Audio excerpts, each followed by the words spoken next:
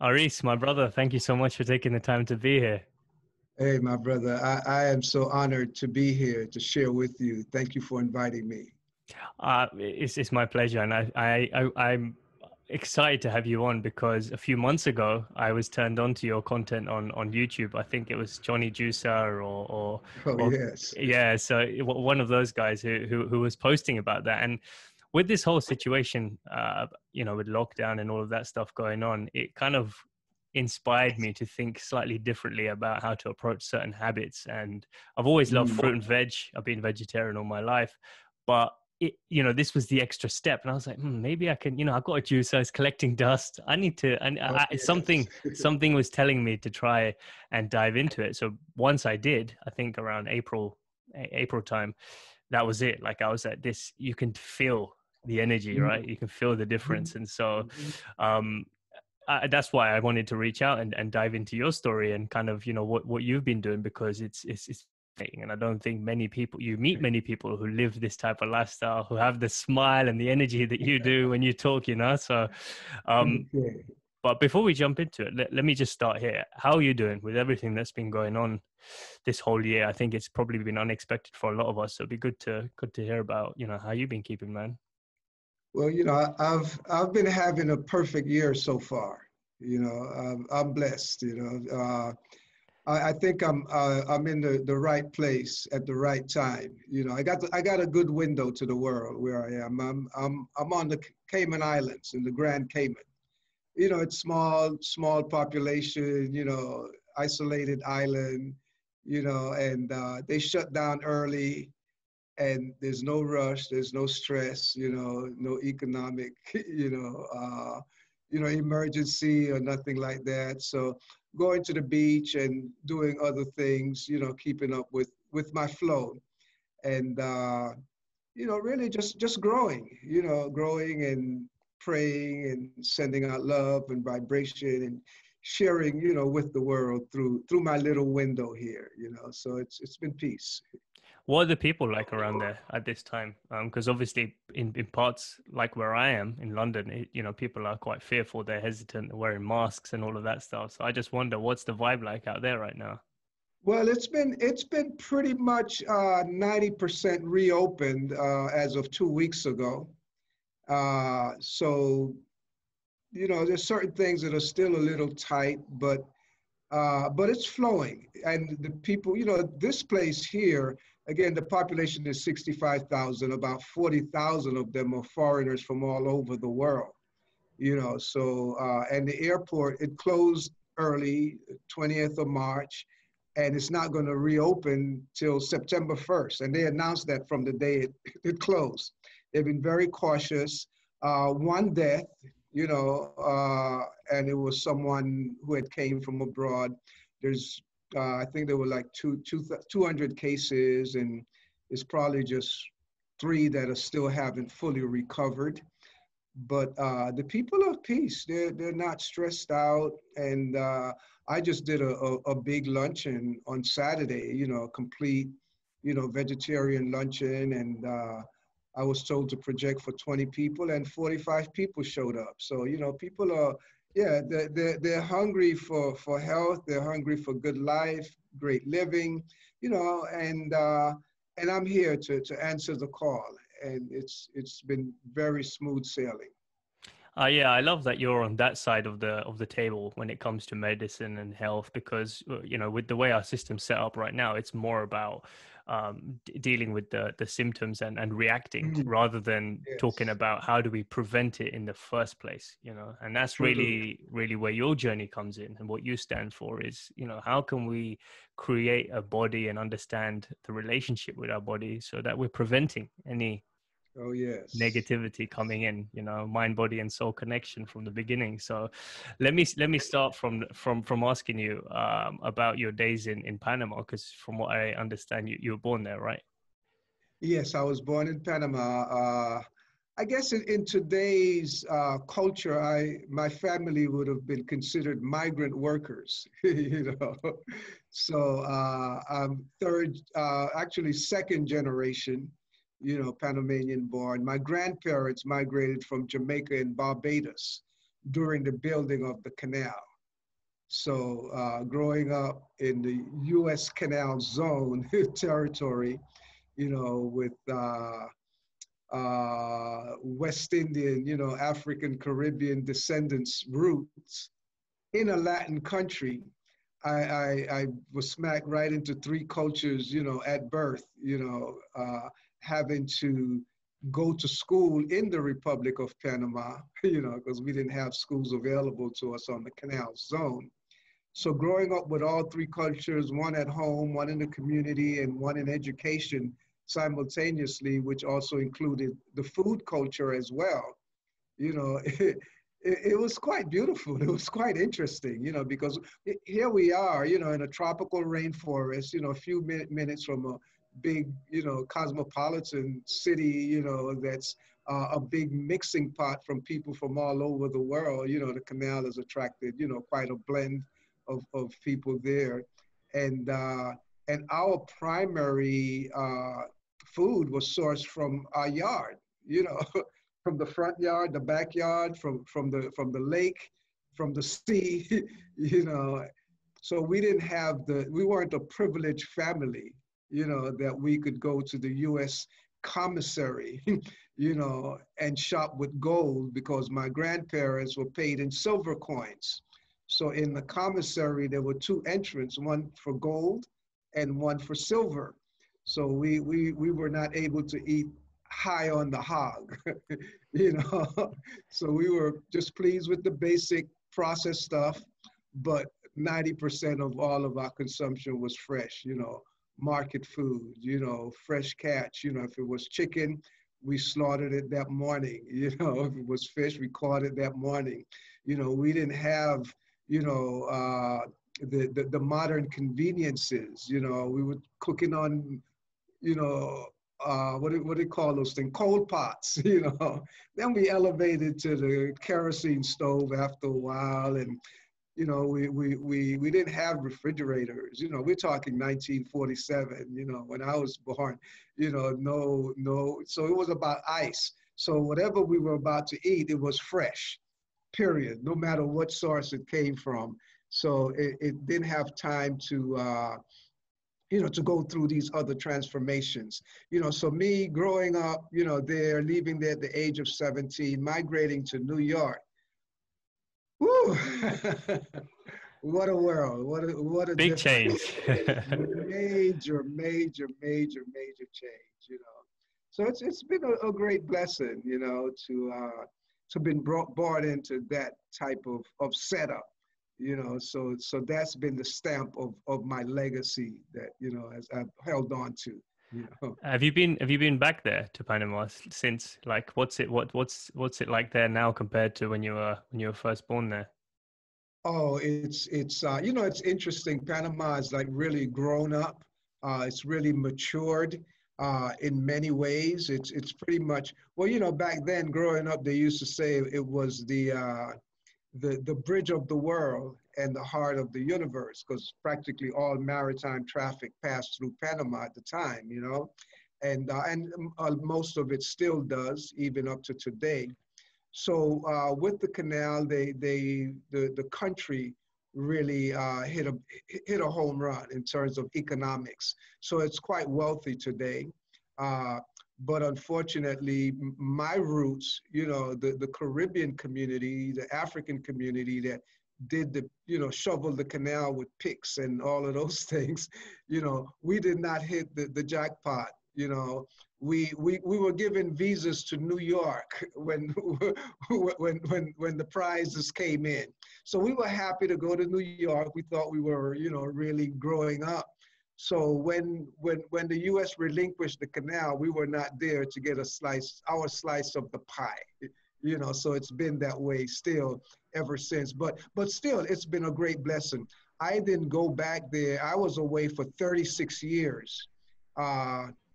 Yeah, but I mean, I'd made one trip within that 36 years. I think it was like 18 years, later, and seeing the difference, seeing the changes. But my family had all migrated by the time, I was 36 years out of the country. So there was really no one to go back there to on that level.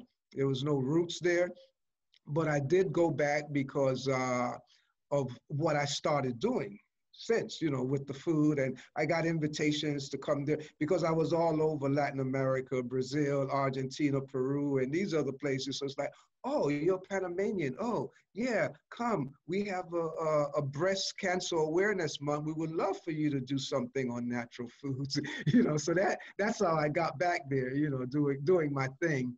But yeah, it's really has changed drastically, radically, and then I relocated there a few years ago, about 6 years ago. I relocated, set myself up, in the new world, the old town, the colonial old capital, had restaurant and institute and all of that going on there. But then come to realize that really the country, they still weren't ready.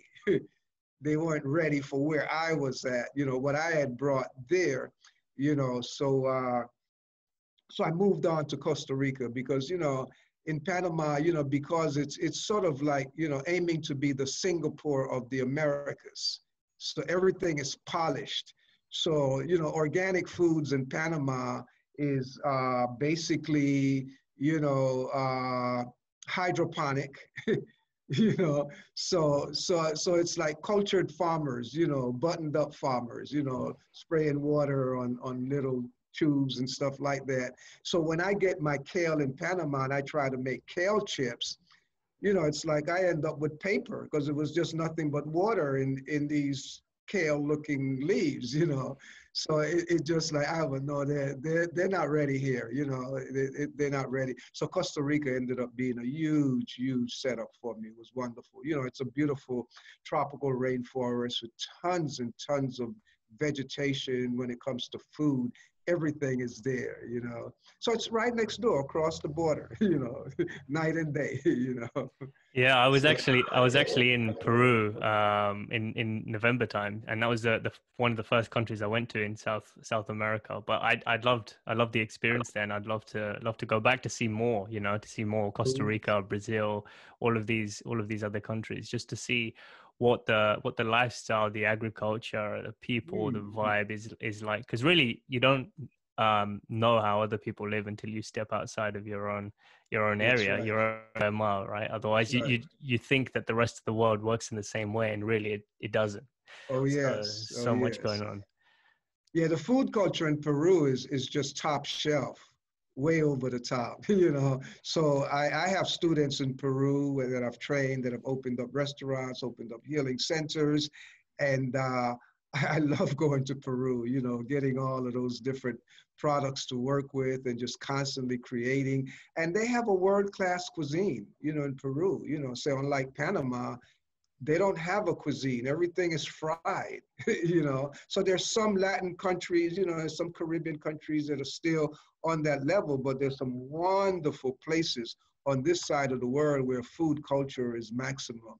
It's supreme. And these are the things that really keep me fueled over here. So I've pretty much, within the past 20 years since migrating from the US, I've been, hovering around the Caribbean and Latin America, just really having a great time, truly enjoying it. And,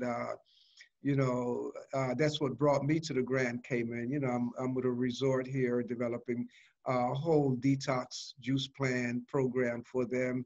Prior to this year, I was in Jamaica, set up a whole restaurant and a spa for the premier resort in the entire Caribbean area. So it's been that kind of dance, it's been that kind of journey, just, moving through and really just being blessed, with the cultural, exposure through food in a lot of these places and sharing my blessing as well on a very high level, and, but still, I mean, I've been to other places in the world as well, but this area is so rich and it seems like it's been forgotten, or hasn't been Yeah. accredited. here. That's yeah. I mean, in many ways, because you never see it being talked about in regular communities. You don't see it really talked about on the news, and you don't really see like many people talking about traveling there when they talk about holidays or Oh exploring. yes, So for me, that's why the pool was there last year to begin with Peru.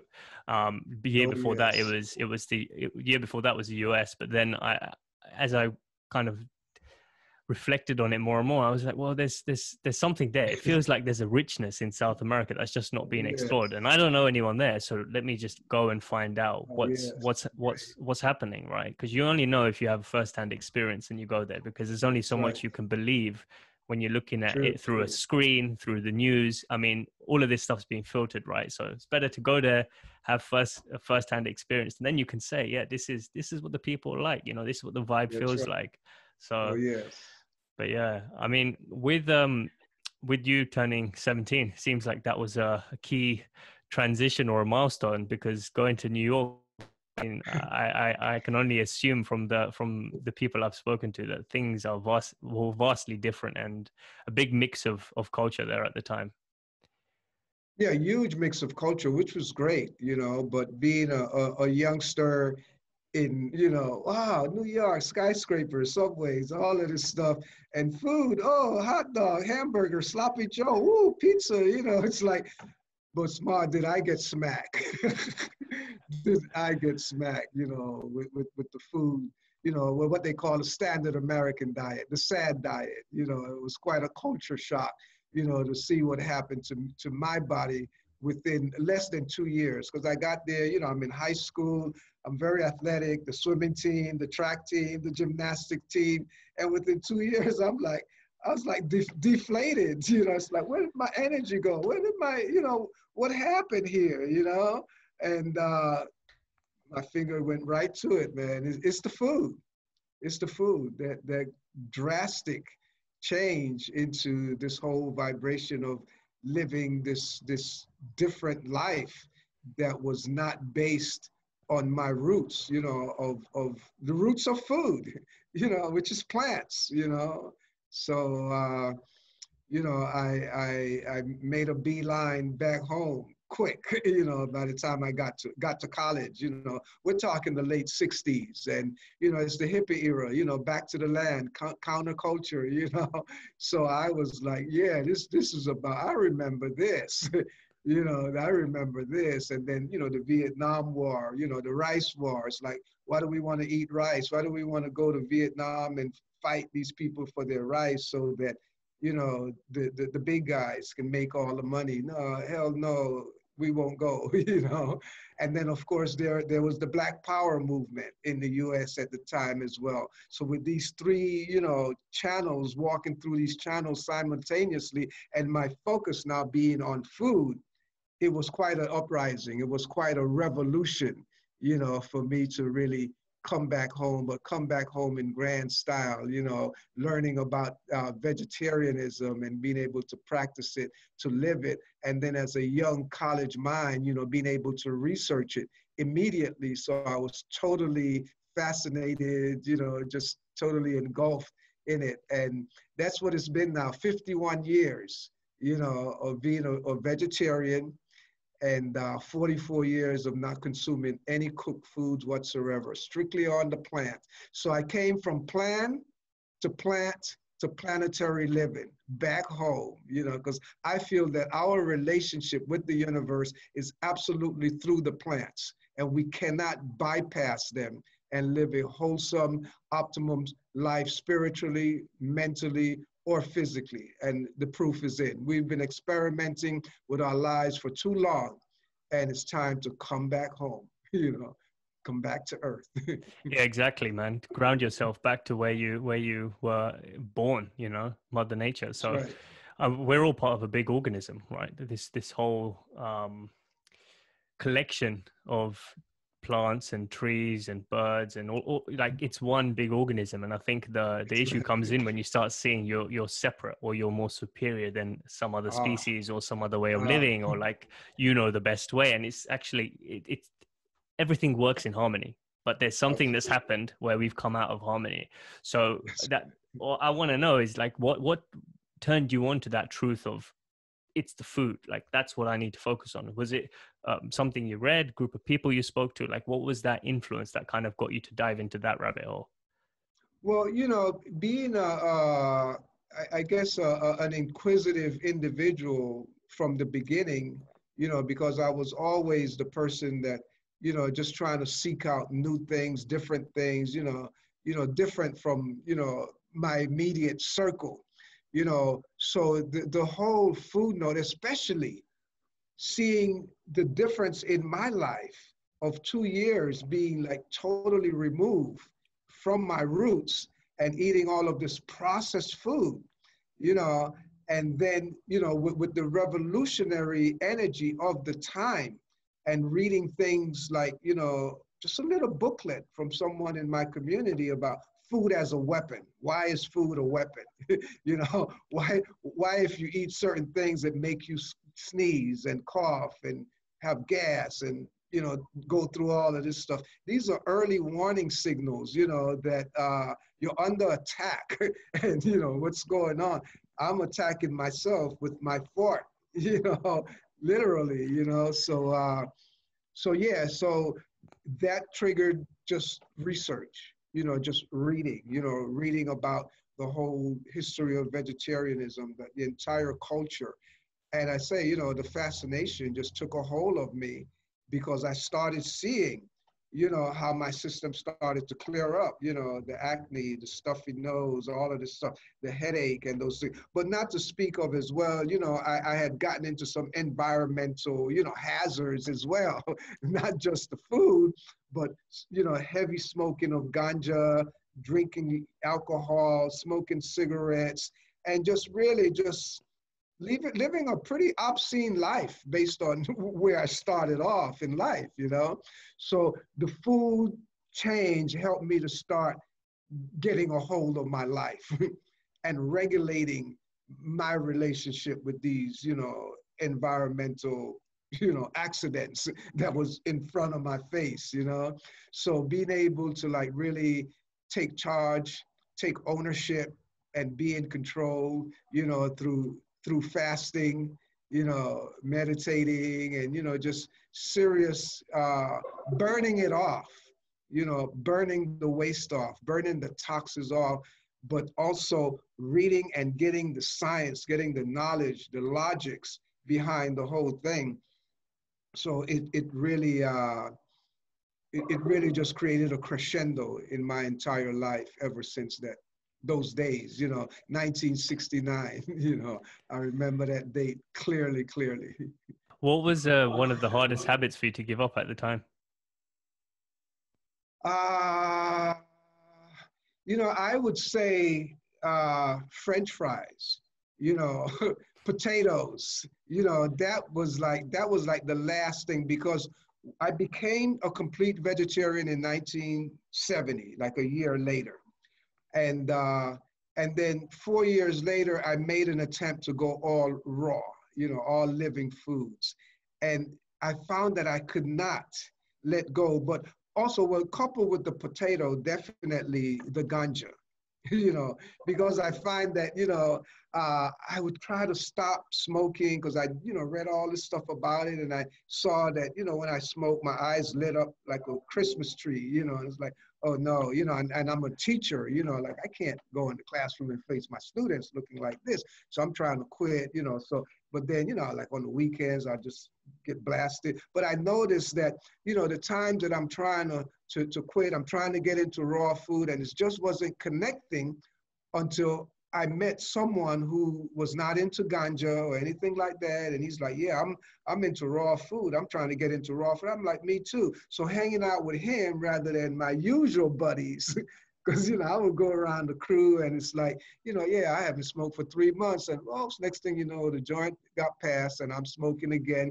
And as soon as I get high, then I go look for the nearest Mexican restaurant.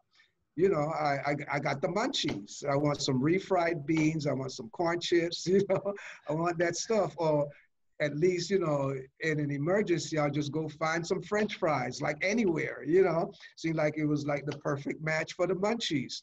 But, you know, being in this situation and realizing that, hey, I haven't smoked in 6 months and I'm all alive now. I haven't, you know, I'm not craving any cooked food. So that was the deal, really, between those two, you know, swords, you know, the weed and the fried starch. You know, once I got over that, then it's been smooth sailing ever since then.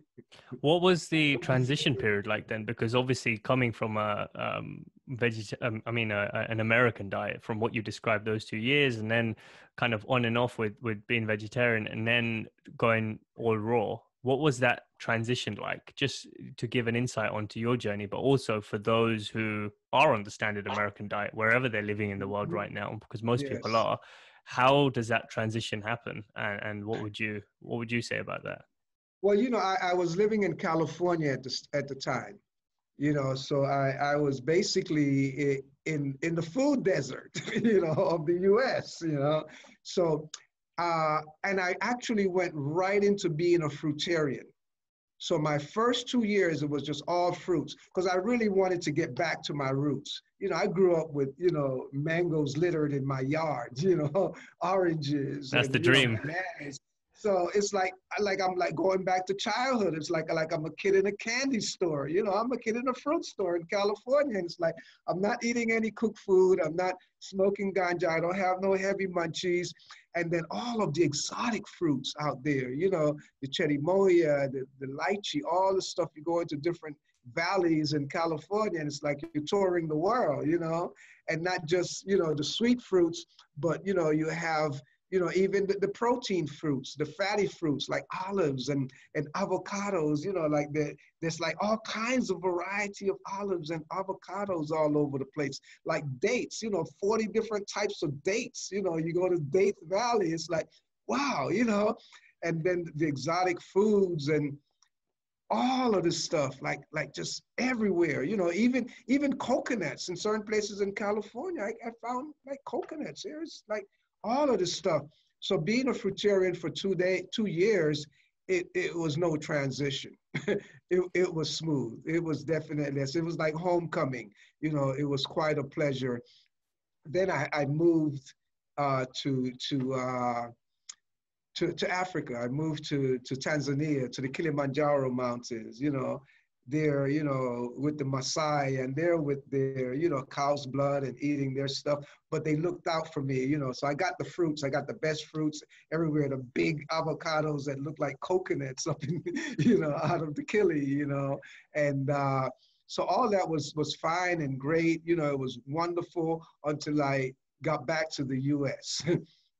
You know, so I landed in New York now, you know, we're talking 1979, you know, New York City. And I went to Harlem, New York, you know, before my earlier days, I was in Brooklyn, you know, a whole different side of town. But I went to Harlem. It was like, you know, the Harlem basically Renaissance, you know, the culture and all the vibes there, the music. So I wanted to be in a nice, you know, interesting environment, you know, if I'm going to do New York. And then I had retired from, you know, being a teacher, and I was an administrator in the public schools in California doing curriculums. And, you know, I did masters in linguistics, studying second language acquisition and these types of things. But in New York, it's like, you know, I just wanted to go easy. I didn't want to get back into that field. So, but, you know, number one, I had to start defending my life all over again with this new culture because I couldn't find my organic fruits in Harlem, you know, at that time. So I started importing from California and Florida, bringing in all the exotic stuff so I can have so I started a food co-op, you know, to share with the community. And then we started adding vegetables so other people in the community can get, you know, their proper share as well. But the food co-op actually evolved into a business. And that was the birth of Sunfired Foods, you know. So being in that environment, there was an herb shop for sale. So I bought the herb shop, you know, botanical herbs, you know, medicinal herbs. And within there, I started bringing in the organic produce. and having, you know, juices and salads and all of these things. And immediately there was a demand in the community for knowledge to go along with this food culture, set up my institute and all of that. So my transition was quite uplifting, you know. But what happened in that entire process, though, is that I lost my fruitarian edge because I started fixing all this gourmet, you know, raw food, you know, cheese and, you know, pâtés and nut meats and salads and pies and all of these things. So I sort of like, you know, took a step into, you know, the other level. But it all worked out fine. It's all been fantastic. So it's been 40 years now, you know, since the inception of this company. And that's all I've been doing for the past 40 years, just, you know, journeying the world, teaching, you know, the principles, the art, and the science of sun-fired foods, you know, and it's has really taken me quite a place in life, you know. I've been acknowledged or claimed by the Oxford Encyclopedia as the father of ethical gourmet raw food cuisine for having basically elevated well, not elevated, but shifted, you know, the consciousness of raw food to people who were not ill. Because prior to me really getting in there and spicing it, the only people I met was people who were ill that were into raw food. So it's pretty much you had to be sick to eat raw food back then, because it was very basic, very bland, very pure, very plain, because it was strictly for healing, non-stimulating. So not being ill and trying to like really satisfy myself, you know, I just spiced it, you know, and brought it to a level where now individuals that are interested in raw food didn't have to feel like they were sacrificing and they're just eating rabbit food and it was just like medicine, you know. So it's been a joy. It's been quite a journey. Seems like a whole adventure got unpacked there when you took those two years to turn into fruitarian. That was like a whole new life waiting for you. But it's just almost like the universe wanted to show how dedicated is he. And as soon as it saw your dedication, that was it, man. Like it seems like Oh, things started yes. opening up, right? Yeah, and you know, it was an adventure in just retiring from being an administrator, because I didn't know what I was going to do, but I just knew that I had to close this door. I'm not going to do this anymore. You know, because, you know, especially language arts, you know, in public schools in a place like California, it's not like people were motivated to do it. They had to do it. It's a requirement. Or the people who were migrating to the US that didn't speak English, it was like a survival thing to learn English as a second language. So that's where I was teaching teachers how to teach second language acquisition.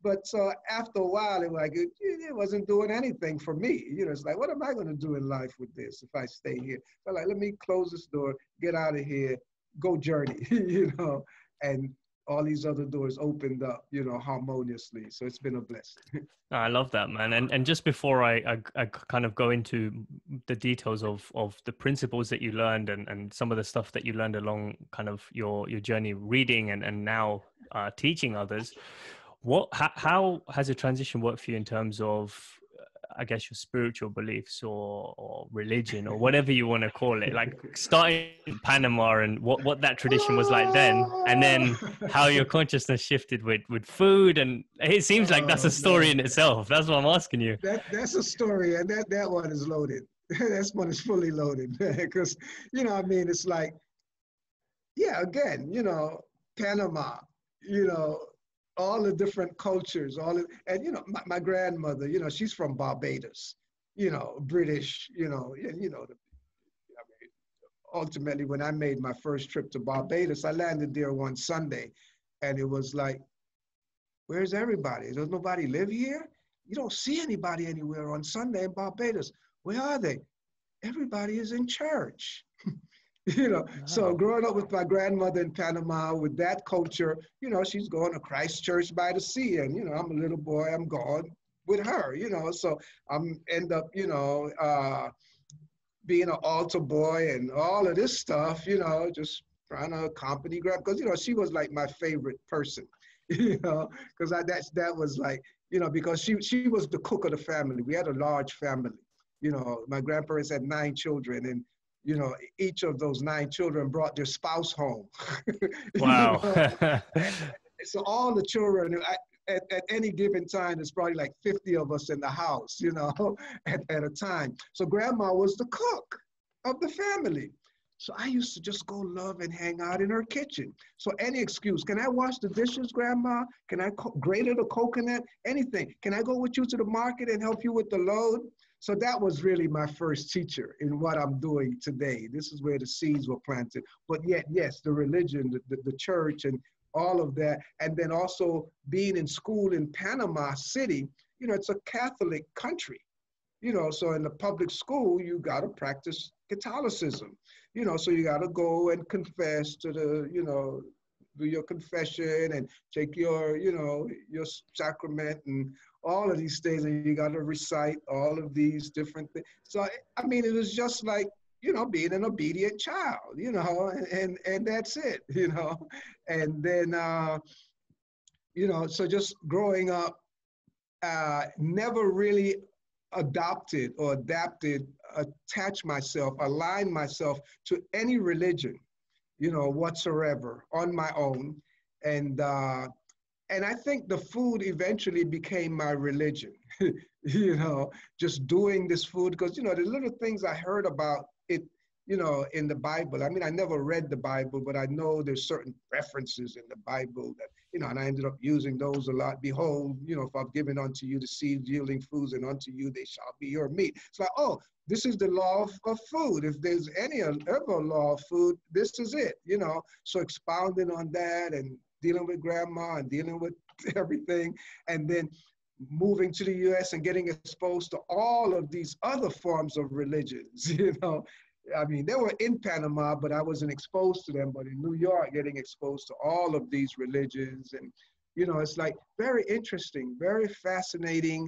And then I realized that with what I was doing, if I had attached myself to any religious belief, then I was going to alienate many people who are in other religious beliefs. It's like, you know, a Seventh-day Adventist is not going to go eat at a Rasta restaurant, you know, that kind of stuff, you know. So I saw it was, you know, basically great to just not identify with any religion. So in my place, especially in Harlem, you know, very spiritual environment, I would, you know, you would have Christians and Muslims and Jews and all kinds of different people meeting, you know, and sitting and eating, and I'm like, oh, this is great, you know, it's wonderful. So, but just reading and studying the whole concept of spirituality, especially, you know, during the hippie era, it was about that, you know, peace and love, you know, back to the land, meditation, and all of these things. And then looking at, you know, the roots of African spirituality, African religion, you know, in a place like New York, you know, where you have all of these things going on there, and, you know, the principles of African faith.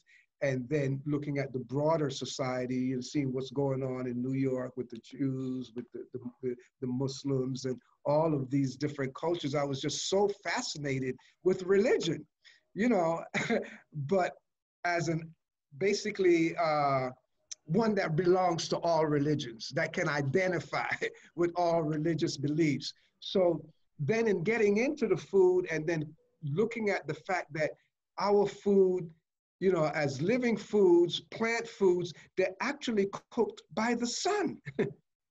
So the growing period is the cooking process. So from the time a banana tree blossoms to the time we have a ripe, fully ready to eat banana, that entire period there of the growth has been the cooking process. So I'm like, wow, the sun is the chef. It's the only chef for the entire planet.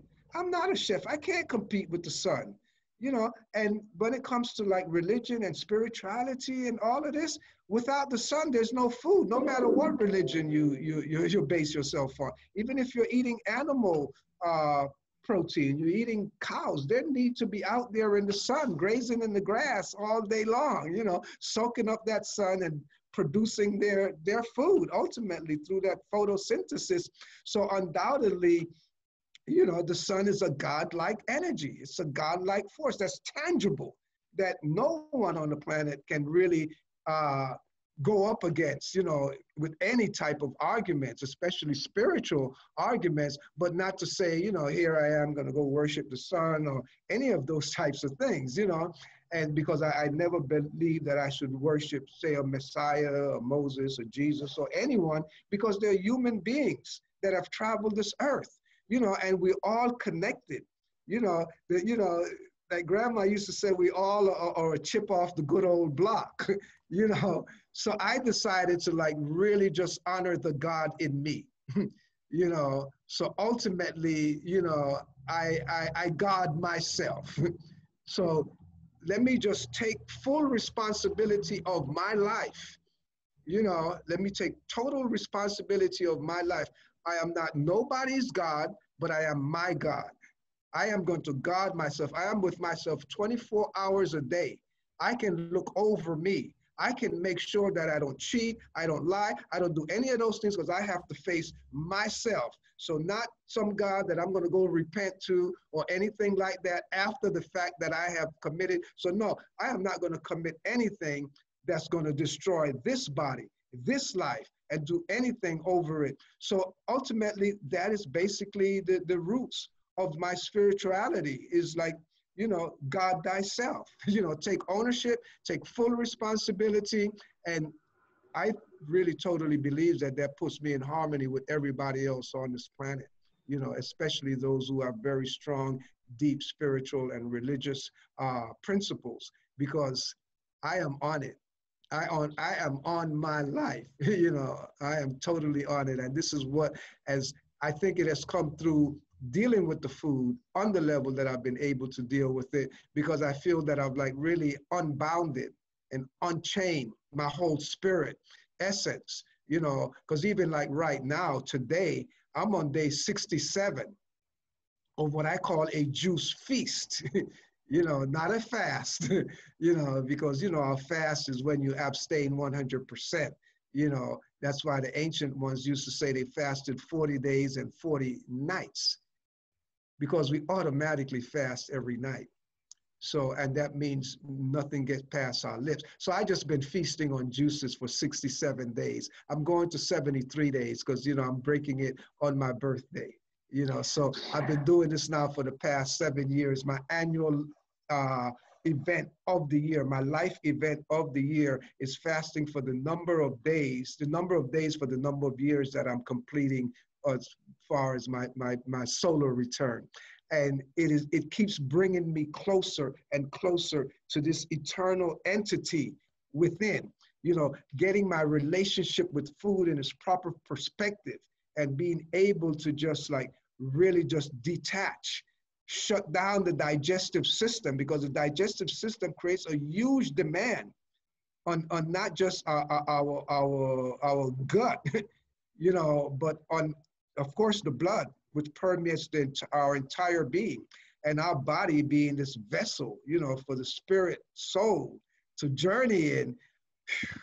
You know, it's nice journeying in a vessel, you know, in a temple that is not farting and sneezing and coughing and carrying on while I am meditating. And for me, meditation is a constant, permanent state of being in the present, here, now, and forever. I fully resonate with all of that, what you've just said there, because in not identifying with any one thing, you identify with everything in that way, you know, and living in harmony with yourself automatically allows you to live in harmony with everything else, because you are of everything else, right? When you look at it from that perspective, the biggest thing you can do is put value on your life, and that will reflect or kind of radiate out towards others. So the more investment you put in yourself, the more love, the more vibration you can give out to everyone else. So yeah, I'm fully on that vibe as well, and I understand what you're saying. So let's talk the food then. You touched on digestion a little bit, and your 67 days in. So you're going to be finishing that on your birthday, on the 73rd day. That's your birthday. Actually, it's you know, it's interesting because, you know, I'm still an animal. I'm living in a human body here, you know. So I think when I started the fast, I wasn't exact, So actually the 73 days is going to end after my birthday, you know, my birthday. So it's going to be like a couple of days after my birthday, but at least during my birthday, I'll still be fasting, you know, and still, you know, I'm like, really, I'm scratching my head. You know, I mean, this is like, again, the 7th year that I've been doing this annual fast, but this time around, I think that's why I say I'm living a perfect year right now.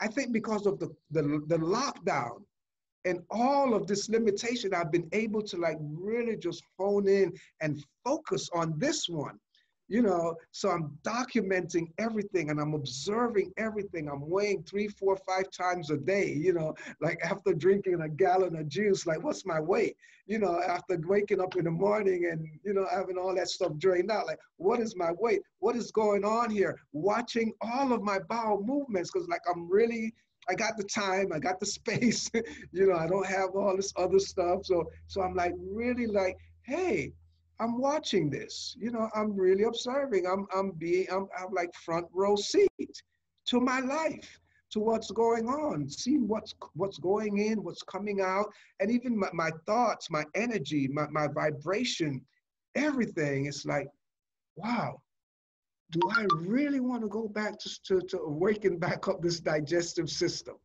You know, and how much do I want to? I know it's definitely going to another level, you know, because I've been doing things like just simple, like, you know, in the process, I'm continuing my growth with my intellectual property. So I'm still working on my book, I'm working on my online course, I'm teaching and doing all of these things. But because I am feasting on just juice, that doesn't mean that I am not going to teach my students how to make, say, you know, a curry plantain dish. So I got the plantains, I'm making the curry plantain dish and all that, and it's all on video and all of these things. And I'm making sure that I'm keeping it clean, I'm keeping it whole, I'm keeping it like if I'm going to be eating it right now myself. So I want to give them the best. But then what I do for the day now, that curry plantain becomes my meal. But I'm not eating that curried plantain. I am putting it in a blender, that nice dish that I just made, all the chopping and all the fine prep that went into it. I am putting this finished dish in a blender with coconut water, lots of coconut water, blending it, putting it in a press bag and wring it out, squeeze it out. So I'm having this curry plantain salad juice in a juice form, no solid, no fiber, no nothing. Probably just 5% of pulp was remained in that bag. So to see how you can take just ordinary day-to-day food and take it to another level and still have that rich curry plantain, but now in a juice form.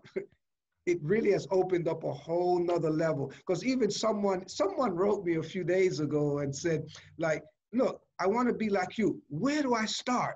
Look at what you're doing. And I'm eating all this stuff. I said, look, all you have to do right now, and this is based on what I've been experiencing, all you have to do right now, the next plate that you're going to fix for yourself, fix it exactly the way you love it. Or go buy it wherever you want to buy it, exactly what you ate yesterday that you think you want to eat today. Go get it. And take that plate, bring it home, put it in a blender with the best liquid you can find, even if it's spring water, you know, or make cucumber juice, you know, and just put that same dish, pork chops, you know, whatever you got in there, corn tortillas, anything, put it in the blender, blend it, press it out, and drink it. That's where you start, from where you are, if you want to be like me, okay? Because the body is going to start evolving now. You start from exactly where you are. That's why I don't prescribe. There's no one system that fits everyone. We all have to start with our own reality, what's available in your neighborhood, what your system is used to, and put the body in charge. And the body is going to start showing you some things that you never would have imagined would have been revealed to you. And the body is going to automatically start rejecting the most objectionable thing in your diet as it starts to clean out, because now it's going to start to clean out. It's amazing to see how your body can clean out on garbage food if you don't activate the digestive system, because only the elimination process is going to be active and in big strength, because the digestive system is not active, because you don't have to digest that juiced pork chop. Okay, so it's a whole different thing, and it's way off the mark. And but to be able to come to this and to see it, and the young man wrote me back and say, I really thought I liked pork chop, and he did have pork chop. I really thought I liked pork chop. This really exposed me to something else, doing it this way. I really see what it's, what it is. I see the oil, the grease floating on the top, and all of that. And I taste this taste. Everything is like really coming bright. I taste the chemicals. I taste the salt, all of these things that I never really experienced before on this level. It's like it really smacked me head on. So welcome home. Welcome home to self. So it sounds like digestion is one of the most important things, right? Like the body takes up most of its energy digesting food. So what's your understanding or relationship with the digestive system that you can share with people? Because it seems like people don't really understand that, and obviously me included, and you back in the day, eating constantly, yes. Snacking, eating 3 meals a day, all of that stuff. So let's break down the importance of the digestive system. Well, for me, number one, the whole digestive channel, the passageway from the tip of the tongue to the anus is just that. It's a channel. It's a passageway. It's a tunnel through the body in which we dump materials in there.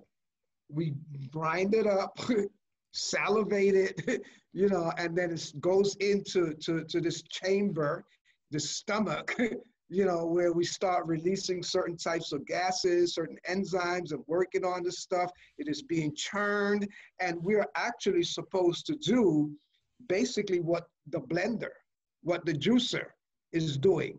Process this stuff, process this mass, mix it with our body fluids. And in the stomach, we're supposed to just squeeze it out. The intestinal tract, there's a small intestine is squeezing it out.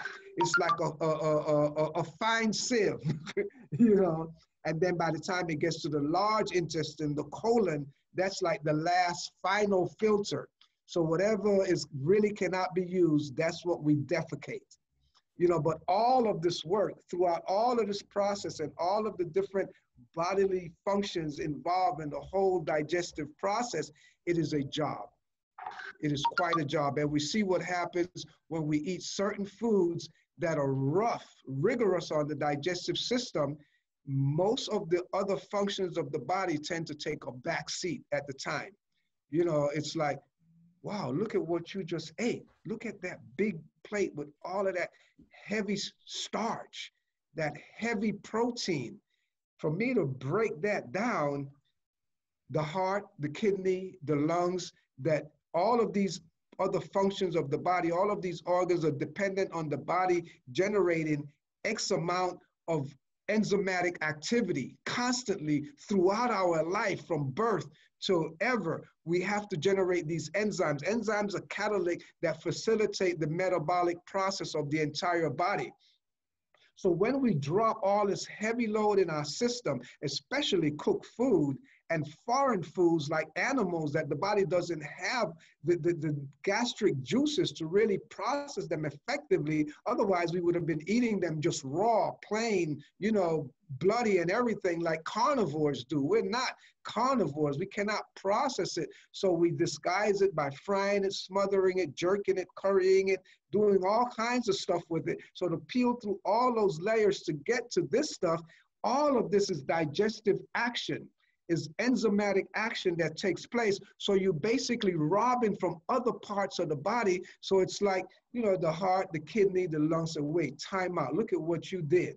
I cannot compete with that because you're generating so much digestive enzyme to process that big load. So we're going to go to sleep on you. We're going to time out. We're going to take a rest. So in some places they call that a form of itis. You know, you eat this big food and you go to sleep, and it happens to practically everybody. You know, some of us force it. You know, we drink coffee, we drink alcohol, we take other stimulants to try to fight the feeling. You know, but then most of us haven't been able to master it, to conquer it on that level, to elude it. So we end up sick.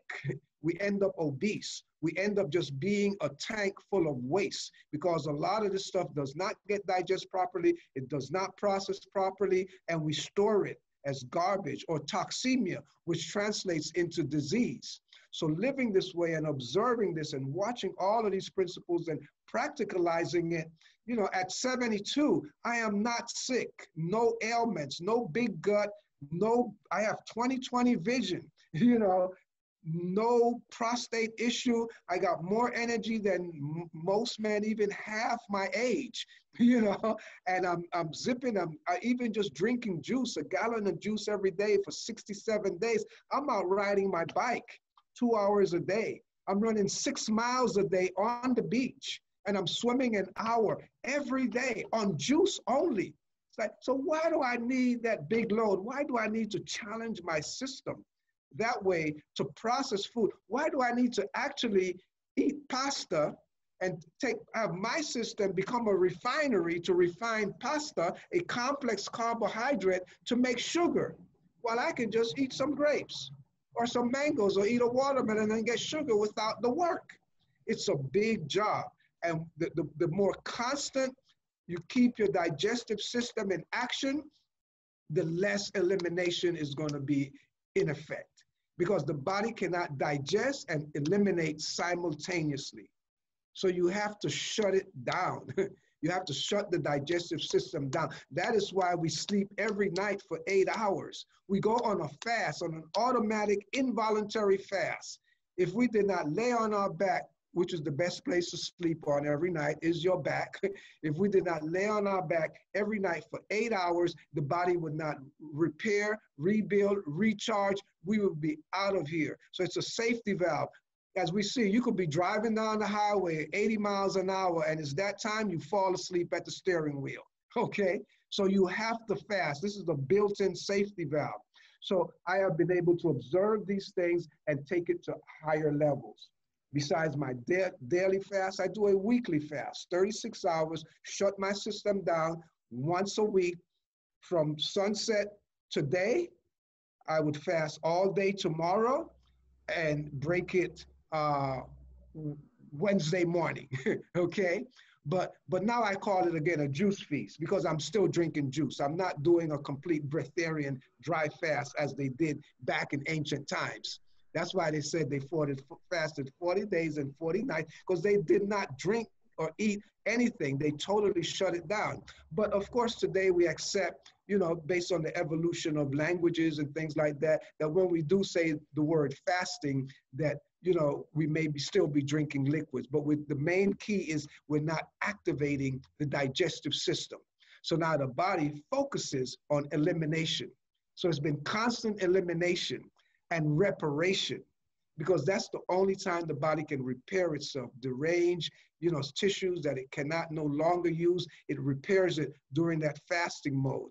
Otherwise, we're constantly building, and especially after we reach adulthood, what the heck are we building? Why do we need these heavy building blocks, these big loads of protein and complex carbohydrates? You're just building negative cells. You're building disease cells. So we need to shut it down. Besides the weekly fast, and I incorporated the lunar fast, fasting on the new moon and full moon every month. And also I do the seasonal fast on the equinox and the solstice 4 times a year, 3 times, 3 days each time. And then again, now I incorporated now my annual fast. So I find that the more my body matures, the less food I need. You know, when I started on this fast, I was weighing 140 pounds. I dipped down to as low as 122 pounds. Now, 67 days later, I am up to like 128 pounds and gaining. gaining. So I might end back up right at 40 pounds. The system has to, 140 pounds. The system has to clear out before it builds again. It does not build on a dirty foundation.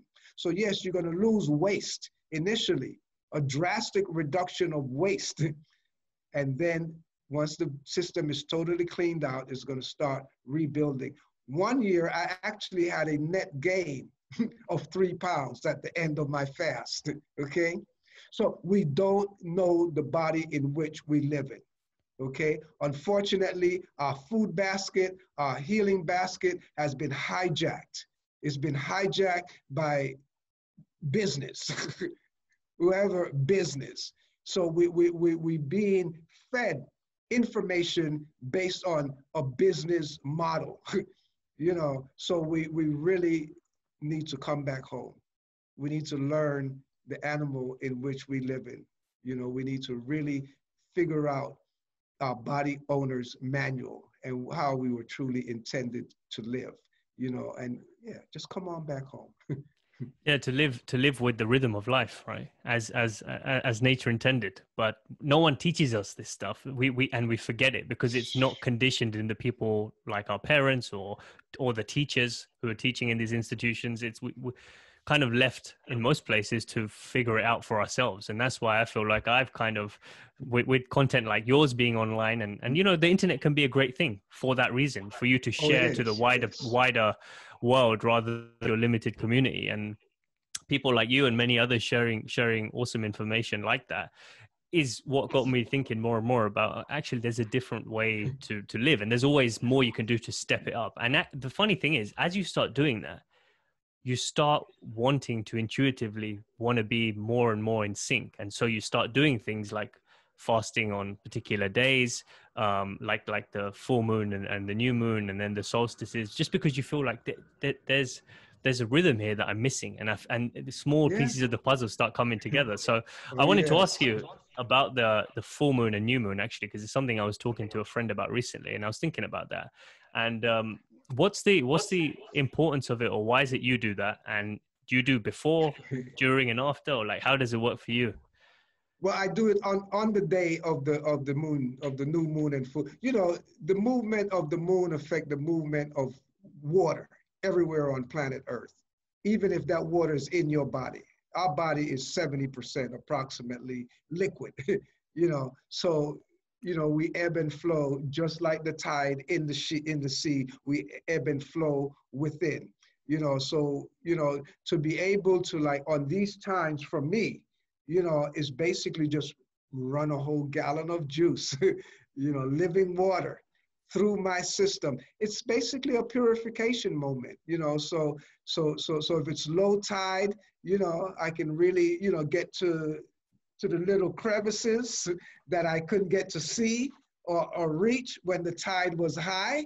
So now, you know, I pour some lemon juice in those crevices. I can unlock, you know, some lime or whatever, you know, some calcification that may have been sitting there a little too long, you know. And same thing when the moon is full and there's lots of water flowing, you know, the tides are high and all of this, then yeah, let me just do a nice flush out.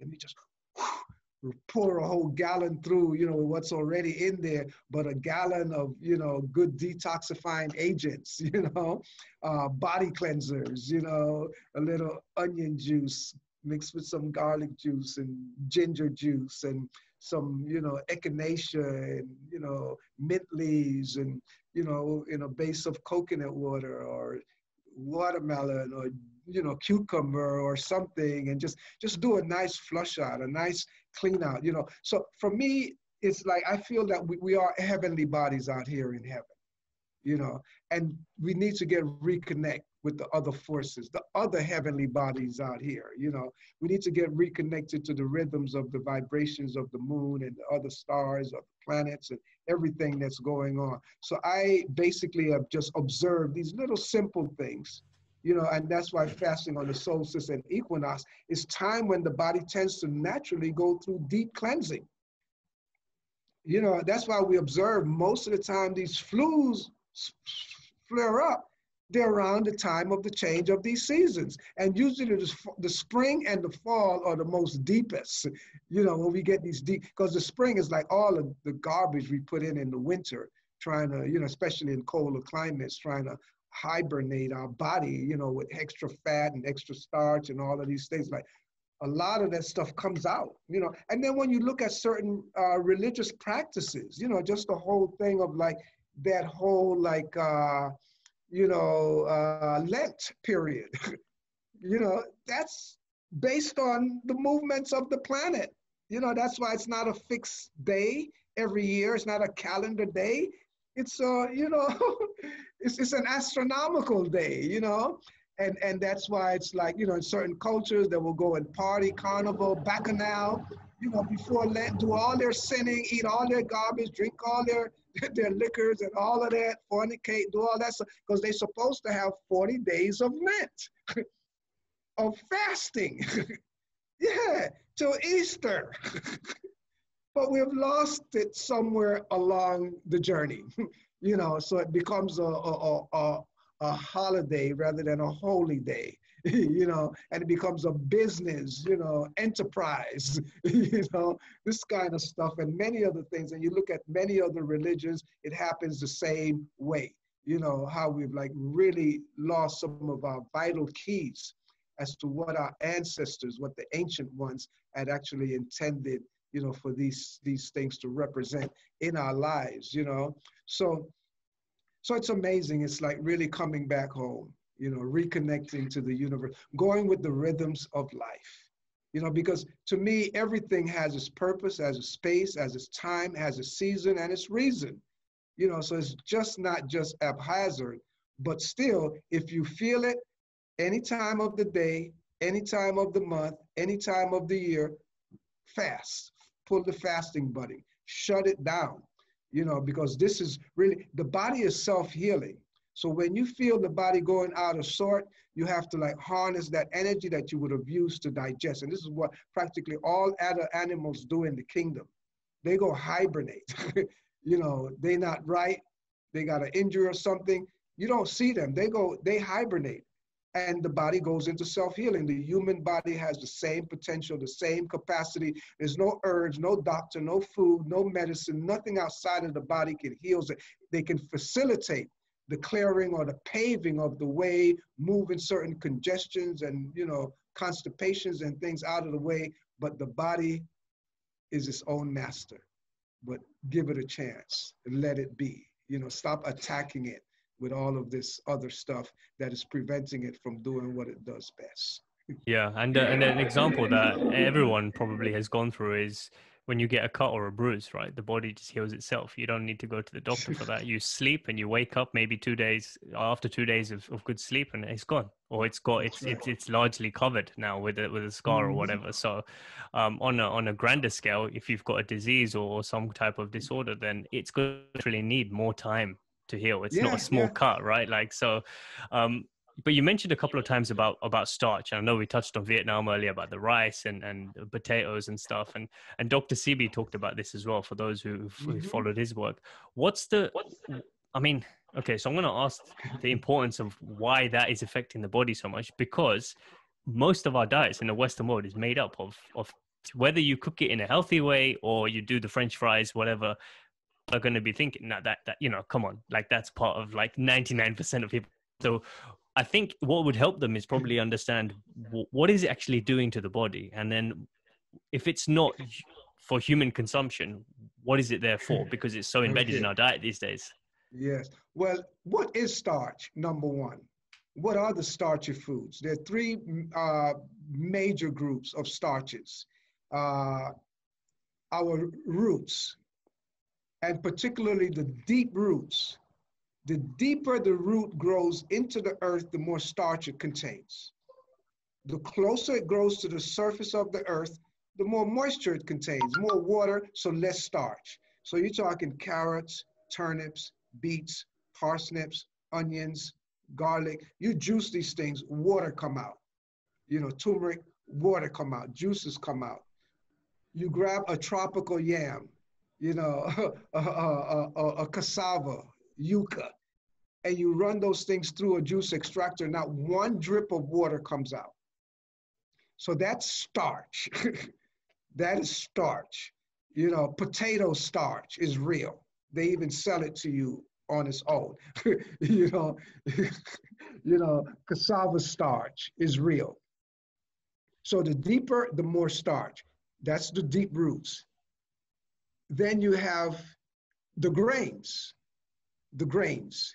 The finer the grains, the less starch. Millet, quinoa, amaranth, teff, very fine grains, very little starch. You just soak quinoa overnight in water and it sprouts. So when you see it sprouting, it has been being broken down from what is known as a complex carbohydrates. Starch are known as complex carbohydrates. Check that word, complex, complicated. Starch is a complicated carbohydrate, a complicated sugar, because it is not a sugar within itself, it is complex. It needs to be broken down into a simple sugar. Starches have to be broken down into simple sugar in order for the body to utilize them. So the simple sugar, we call those the simple carbohydrates. So there's complex carbohydrates and there's simple carbohydrates. The simple carbohydrates are your fruits, sugar, period. Plain, good old sugar, fruit sugar. But please, don't panic, because many people, they look at grapes and they're like, oh, that's too much sugar. But they don't look at potato and say, oh, that's too much sugar. Okay? Potato has to be turned into sugar in order for the body to be able to utilize it. So when you're eating a big bucket of French fries, the body cannot do anything with that. It has to first unfry it. So that's that fat, that oil that you fried it in, the body cannot even break that down to begin with. How is it going to even get to the starch if it can't even get past the toasted oil that it was fried in? So that's a huge job. That's a very, very huge job. So the roots, the grains, so the larger grains have more starch in them. One of them has so much starch, or several of them have so much starch, they call it gluten. And you know, gluten is glue. Let's be honest. It's glue. It's glue. You know what glue is? It bonds, seals, locks stuff down. So that's the wheat. The wheat gluten. The wheat itself as a grain, it has 8 layers. The outer layer, the bran. That's where the fiber is, the roughage. The inner layer is the core of the wheat germ. That's where the life is. The life is in all seeds is locked in the germ. Between the germ and the bran, you have 6 layers of starch, white flour, gluten, glue, okay? So we see what happens when they strip the germ and they strip the bran away. You're just buying paste. White flour is just gluten. It's just paste. It's just glue. Okay. You could just put some water in it and put it on your wall and put your wallpaper on there and it'll glue it up for you. It's glue, you know. So your body now has to turn this thing into sugar. How is your body going to turn white flour into sugar? You have to rev your body up as a refinery to refine that and turn it into sugar. But then you baked it, you fried it, you toasted it. And even the whole wheat bread, even the whole grain and turning it into flour. No, you need the whole grain that is whole. You need to be able to soak it for 12 hours because it is dormant when it's dry. You need to activate it. So you need to get to the germ. So you soak it, remove the enzyme inhibitors. These are the safety valves that keep their life force intact so that any seeds, you can take them and activate them and plant them, and they would grow into a plant, into wheatgrass or whatever plant you're trying to bring about from the seed. So you first have to activate it. You have to remove the safety valve, that lock, those enzyme inhibitors, by soaking it for 12 hours. And that goes for nuts, seeds, grains, beans, every single one of them. Otherwise, more challenge on the digestive system, because you want to get to the germ. You want to remove the lock so that the germ wakes up, and now it goes into germination. 24 hours after you remove that lock, it goes into germination. Now it becomes a living food or a living entity. Then for certain seeds, you would want to sprout them for 3, 4, 6 days, and this is what the farmer does in the nursery. That's what the nursery is. And that's what they call it, a nursery, because these are little tender little things that need to be protected from the squirrels and all these other animals out there that are smelling, the energy that is being given up, and they come and eat up all your seeds, So this is what we need to do. We need to activate these things and awake them, because they need to be now, especially the starches, these complex carbohydrates. The process of being converted into sugar begins at that stage. That's why you see the quinoa would sprout overnight just in soaking it. A big part of the conversion into a simple carbohydrate is taking place right there. But the classical example, that wheat berry, after you soak it for 12 hours and then it germinates within the next 24 hours, ideally you leave it to sprout for about 3 days, watering it twice a day. You leave it in a basket, a strainer, or something that it can drain. Because if you leave it in a jar and there's some sitting at the bottom in water, they're living beings now, they're going to drown. Okay, so they need to not be sitting in a pool of water, because the ones that get drowned at the bottom, they'll contaminate and spoil the whole batch. Okay, so learn about sprouting, and then you take this sprouted wheat berries and you plant them. You plant them in a tray, and within 7 days or so, you get wheatgrass. So these seeds of grains, they're seeds for cereal grass, not to be eaten as a cereal themselves, making cream of wheat or oatmeal, whatever. No, you're supposed to get the whole oat growth, soak it and sprout it and plant it and get oat grass, get barley grass. They're seeds for cereal grains. First of all, let's back it up and come back to reality. Human beings are not grain eaters by nature. Check your history. Check the facts of life. It's only been approximately 10,000 years since human beings started eating grains. All the wonderful corn in Peru, all of these grains, rice, you're not a rice eater by nature. It's only been 10,000 years we've been eating rice. We've been eating corn. Corn starch is not part of nutrition for human being, okay? So we've been experimenting our entire sojourn here on this planet, trying to take foodless foods and turn them into food, especially since the advent of fire. We've been on this planet at least 1 million years based on recorded history, at least. And search recorded history and find out, when was the advent of fire? When did human beings first began the use of fire? I haven't been able to find it dating back I found it dating back as far as 300,000 years ago. So for 700,000 years, what the heck did we eat before we started cooking foods? So that's where the argument for raw food begins, the advent of fire, not even on vegetarianism. Because if we were eating meat back then, we were definitely eating it raw. Chicken, fish, cows, horses, camels, or whatever. We were not cooking it.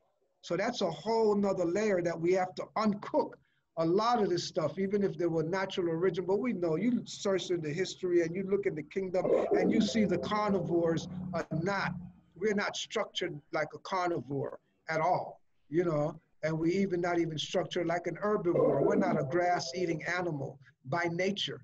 We're not cows and goats and horses. We don't have the eyes on the side of our head. We don't chew with a four-way action up and down and side to side. We don't grind and triturate even our greens to the point where we can mulch them. And when we drop them in our stomach, we don't have multiple chambers in the stomach, like different grades of press bag to press that chlorophyll out of the grass. And you see what that cow does, and that cow can build that. We cannot do that, but great. Thanks to modern technology, we can get a juicer, and the juicer can horse around for us. So yes, so we don't want to neglect a lot of these things, and we don't want to negate a lot of the progress that humans have made, but be careful with the things that they have made to destroy and alienate us from our reality. So there's grown wheatgrass, the wheat berry. Back in the days, they used to call it the staff of life. Today, it's really more the staff of death. You see, everybody's afraid of it. Everybody's trying to be gluten-free right now. It's the staff of death. It's the root of many diseases, complex carbohydrates, and wheat is the number one of them all. But that wheatgrass, looking at that wheat berry, with the sun-fired science that I expound on, I have a theory that I call the electromagnetic energies of foods. So you look at our four major plant groups of food: the protein, which are basically fat bound. That's how you recognize most of your proteins. They all have fat. The fruits, and we're talking nutritional fruits, they're all sugar bound. They're high in sugar. That's why they're classified as fruits. But botanically, anything with a seed is a fruit, okay? Even a bean, it's a fruit, you know. Anything that comes with seed is a fruit, you know, like the carob. The carob is a fruit. We don't use the seed, but we use the pod of the carob, the carob, C-A-R-O-B. The cacao is a fruit, it's a fruit. We eat the pulp off of the seed, but we also use the seed and make cacao powder or chocolate, you know. So these are all fruits, but some nutritionally are not classified as fruits because they do not have sugar in them. The ones that are high in sugar are classified as fruits. Third group, the complex carbohydrates. The fruits are the simple carbohydrate. The complex carbohydrates are your starchy foods, your roots, your grains, and then also your beans, the legumes, kidney peas, black-eyed peas, chickpeas, lentils, all of them. They all classify, well, except the lentils. There's an exception. There are a few exceptions. The lentils, the peanuts, they're a pea, not a nut, okay? The peanut is a nut the same way a donut is a nut, okay? It's a dough that acts like a nut because the way they fashioned it. And the pea is a pea. The peanut is a pea. Just because you can roast it and it crunches like a nut, it is not a nut. It is a pea. It's a legume. The peanut, the soya bean, and the lentil, they contain more protein than starch. All of the beans, all of the peas, all of the legumes, they're a combination of starch and protein. Most of them are 70% starch on average and 30% protein. That's why many of us, we think like, oh, we're eating a lot of peas, we're getting beans, we're eating protein. They have some protein, but the overwhelming majority of them have a whole lot more starch than they have protein. And that's why they're a bad food combination even within themselves. They'll gas you up because they don't digest effectively. You have starch and protein trying to break down in your body. So that's a whole nother monster that we have to deal with as well. So protein, the peanut, the lentil, and the soybean have more protein than starch. The only one I would recommend in that group is really the lentils. And those are probably one of the best sources of protein because they don't come with the fat. Rich protein without that fat, and they build you naturally. You could just sprout lentils for 4 days and you can consume them raw, or you can just stir fry them, you can flash them, you can just steam them, you know, just, blanch them for a few minutes and they become soft. But, you know, that whole cooking thing is an outdated technology. We're in the 21st century. That's old school technology, cooking. The blender, the juicer, the food processor, the dehydrator. You can just get rid of your stove completely, and you get the same textures. You get a lot of the same excitement that you would have gotten cooking, frying, and doing all of these things. I mean, damn, if cooking wasn't a fast track to the grave, how much faster are they going to get bringing in the microwave? So they're like really getting obscene with a lot of this stuff, but that wheat now, the whole wheat berry is a magnetic foods. Your magnetic foods are the ones that are lowest in moisture, and they're builders in nature. So that's your protein and your starches. The fatty foods, the starchy foods, they're builders in nature because of their low moisture energy. They're magnetic foods, and they grow closer to the earth. They don't necessarily grow too high. You have the fruits are electrical. Most of them grow high, and they're highest in moisture. The electrical foods are cleansers in nature. The most electrical food on the planet is the highest grown food on the planet, and the food that has the most amount of water. That is the young coconut.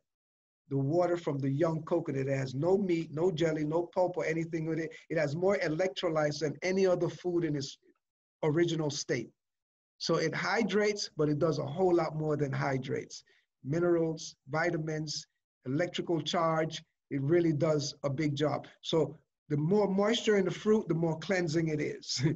Okay, the more electrical it is, the higher the moisture.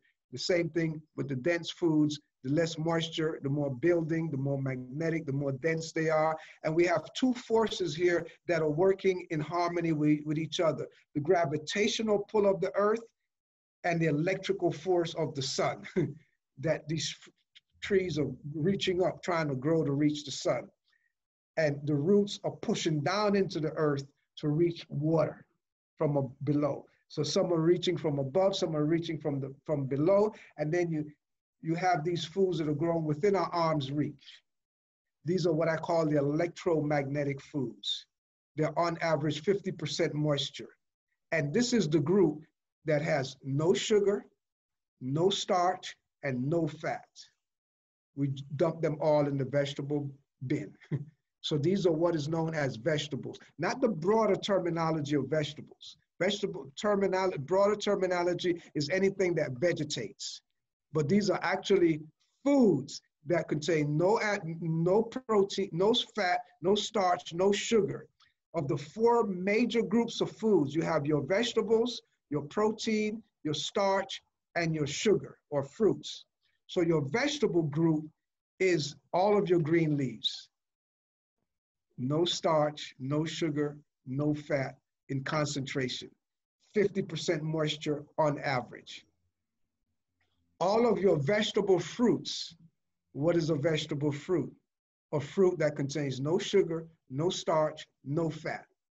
Okra, cucumber, eggplant, tomato, all of your peppers, red, hot, sweet, green, whatever, all your peppers, they're all fruits. They all contain seeds. Botanically, they're fruits, but nutritionally, they're not classified under fruits because they contain no sugar, okay? Avocado is a protein. Olive is a protein. They're fruits. They contain seeds. They're not high in sugar. They're high in fat, so they classified under protein, okay? And the meat from the mature coconut, that hard, dry, mature coconut that we make coconut milk from, we make coconut oil from. We juice that meat and we make coconut cream. That is protein. The coconut water is sugar, is fruit. And the soft, young, tender jelly is classified with the fruits as well. But those are pre-digested protein because they haven't turned into fat. So the coconut is a very interesting food. And I mean, and look at how interesting it is. It's the tallest grown tree on the planet, food tree. And as it is above, so it is below. So the roots are just as deep as the crown. So if that coconut tree is 100 feet into the air, the roots are 100 feet down into the earth. Wow. Yeah. okay? Very dynamic, very dynamic. And it's Mother Earth. It's anchored in the bosom of the earth. That magnetic gravitational pull of Mother Earth is keeping it anchored. And the sun, it keeps growing up to reach the sun. And they grow abundant by the seashore in all the tropics of the world. All the tropics of the world. Their primary source of water is the sea. Then the lakes, the rivers, the lagoons, the streams. This is where they get their water from. So the water from the sea, from the coconut grown by the seashore, usually has got richer minerals. You could really taste them in there. Raw coconut water from the mountain, they just taste like spring water. The coconut tree is a spring. It's a living spring. The water is being drawn up by the energy of the sun.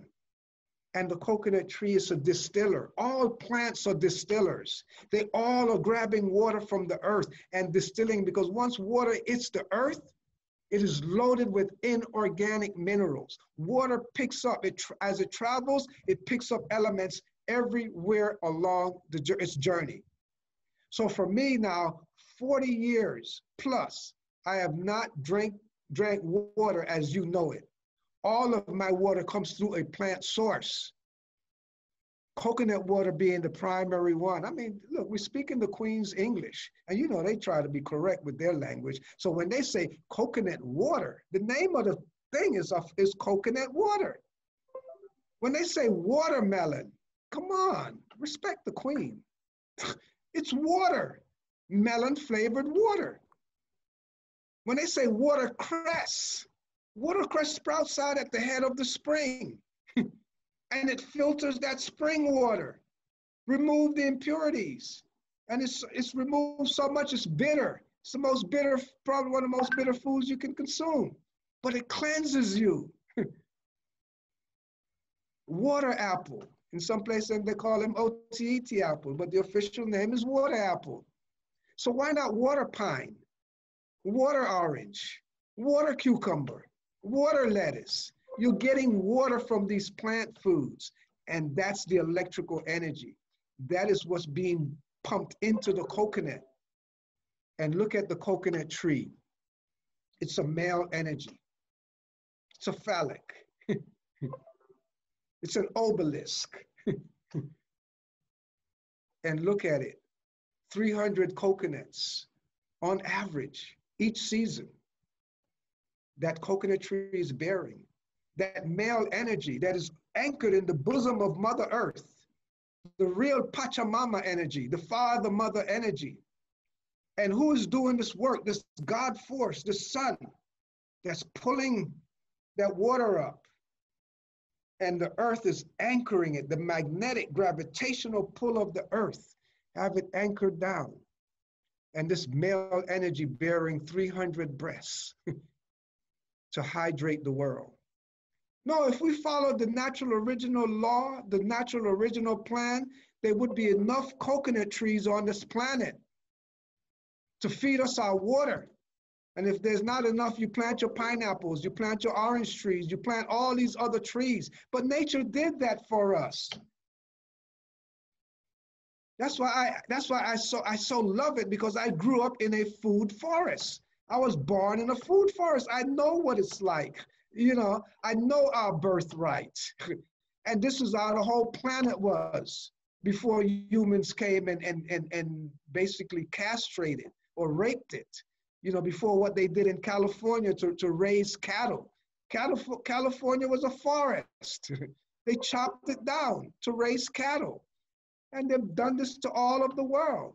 So very few places left in the world today where you have that rainforest canopy, and we have to keep protecting it. This is the sources of our food. And these sources are food factories. Imagine an avocado tree can drop 600, 800 avocados at you every year. You don't have to till the soil, you don't have to work, you don't have to do anything for it. And every single avocado brings another potential tree in it. So one avocado tree yielding 600 avocados every year, you got a potential 600 more avocado trees every year based on that one. So we should be overrun by food forests. Watermelon vines should be crawling all over the place. Tomato vines, orange trees, every single seed in an orange is another tree. So that's our food factory, perfectly designed for us. But I don't know, is it the bankers? Who did this thing? Who hijacked the food basket and robbed us of our birthright? Destroy the water sources of the planet, pollute the water so they could sell you water. And here you are guzzling down gallons of water every day, tons of water, processed water, filtered through reverse osmosis and this, and, you know, in cities, big toilet water, recycled sewer water, all of this stuff. You know, alkaline machine, distilled machine, all of these things, while the trees does this to perfection. What kind of fool do they think we are? Come on back home.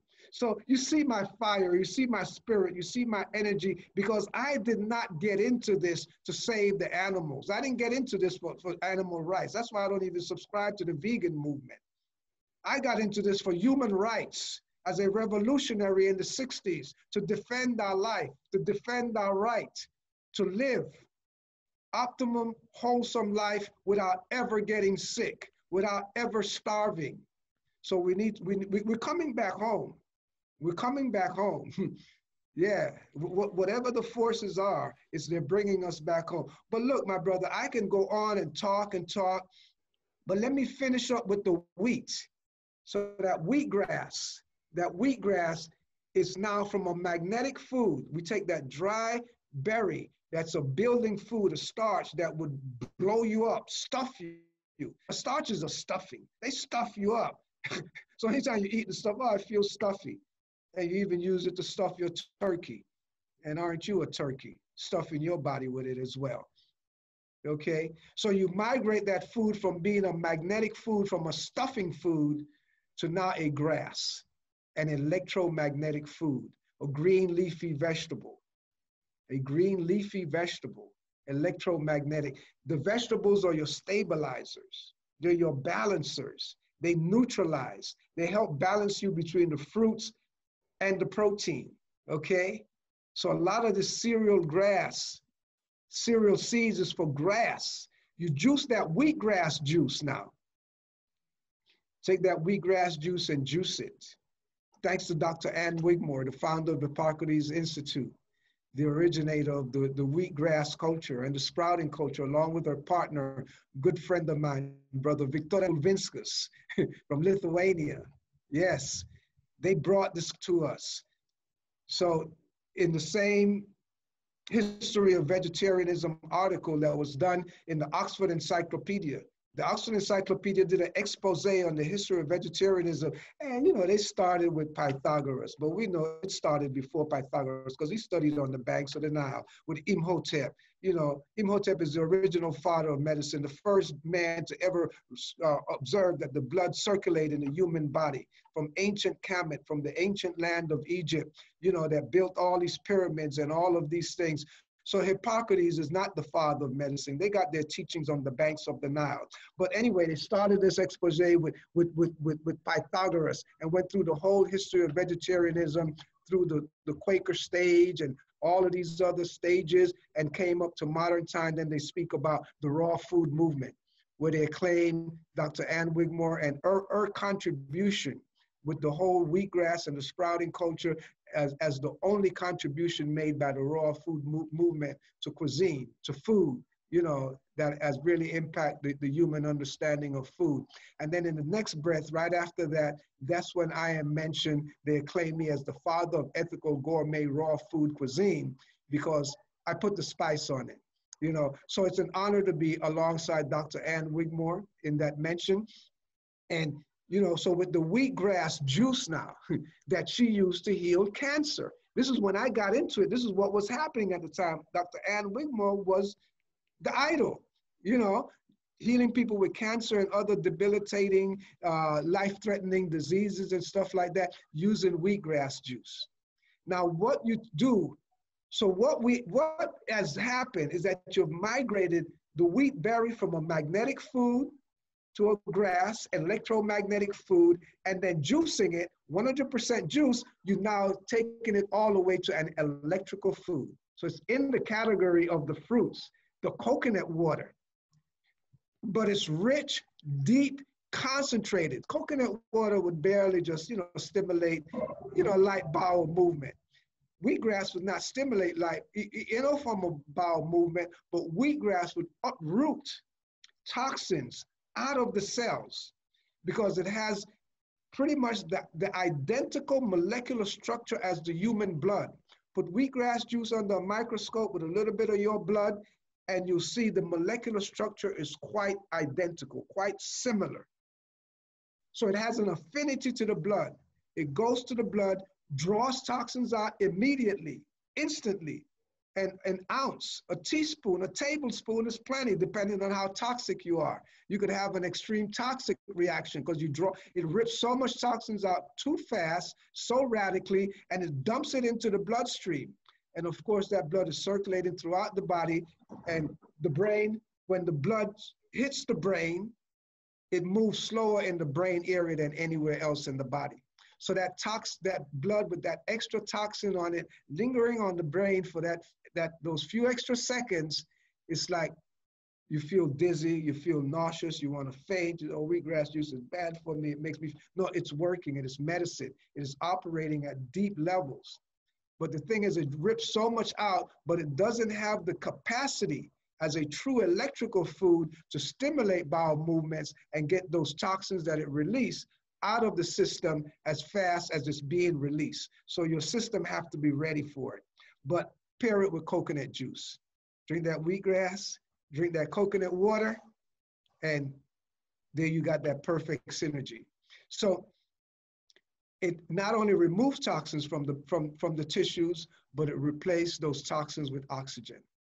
It oxygenates the blood, oxygenates the tissues. So it's marvelous. So now we can talk about the staff of life, wheat being the staff of life. And back in the days when they said it was a staff of life, we're talking the Essene days, when Jesus, and the crew, the Essene, they would take the wheat berries and sprout it. And they would make Essene bread from sprouted wheat. And they grind it and put it out in the sun to bake. But you're not doing that today with your bread. You're taking just the wheat berry and pulverize it into a flour. Right there, you lost completely.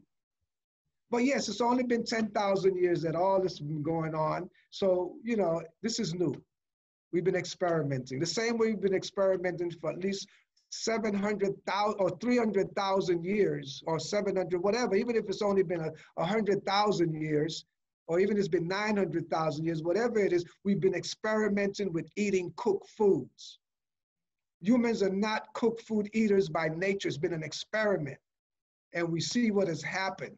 The jury is in. You're going to get sick eating foods that were not intended for you to eat just because you can grab a chicken and roast it, jerk it, fry it, beat it, bake it, boil it, barbecue it.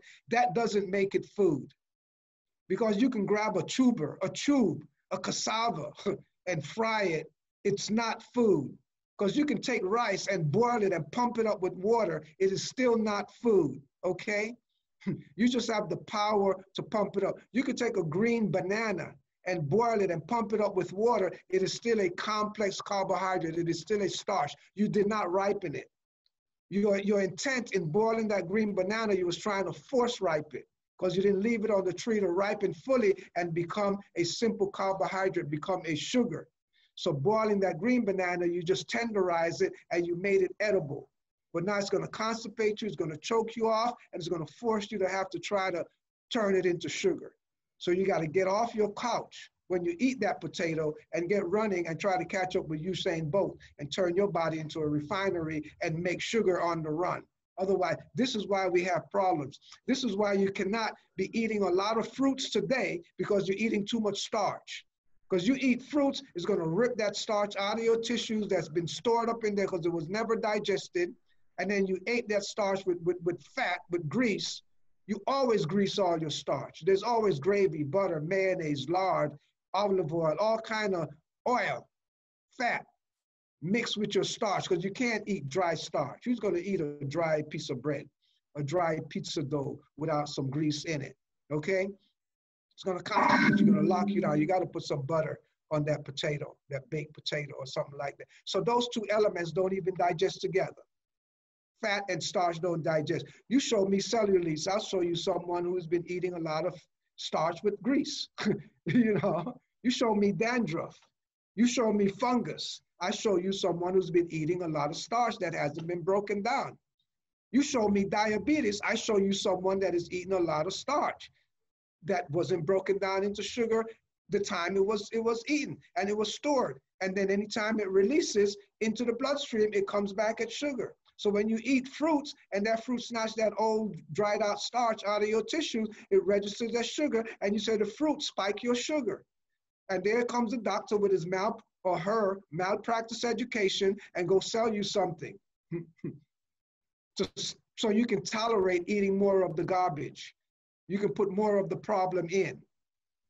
The protocol of any healing system, first you need to remove the cause. So stop asking the doctor, challenge them. What's the cause of my disease? I'm going to stop putting the cause in. Oh, they throw their hands up. Oh, there's no known cause of it. Because they never studied in school. They never studied nothing about food. I pray for them. I bless them. Stop challenging our doctors. They're not equipped to handle a lot of these modern diseases that are based on food. They know nothing about food. They're good mechanics. They can do certain things and all of that kind of stuff. But please, when they pull out their bag and start prescribing something, then, you know, hands up.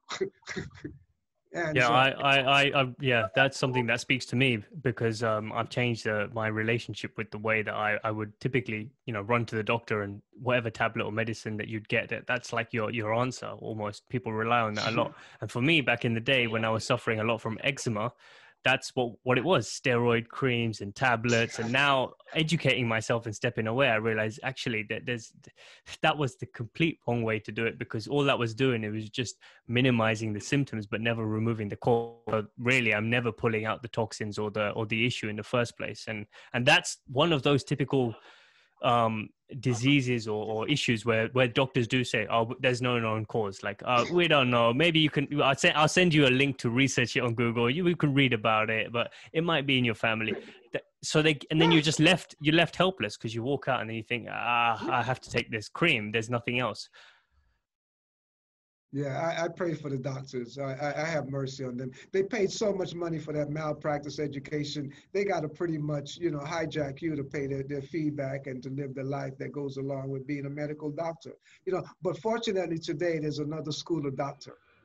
There are another breeds of doctors that are on the rise. They're here. You know, there's Dr. Mills. There's Dr. Montgomery, heart surgeon, that now has a raw food boot camp in Atlanta, in Houston, Texas. You know, there are quite a few of those now.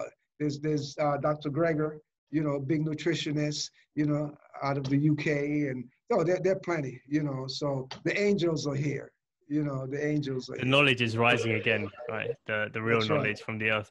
So what would you say to people who listening to everything that you've just said, and they're kind of thinking, all right, well, I need to make some sort of changes, even though I'm on the Western diet.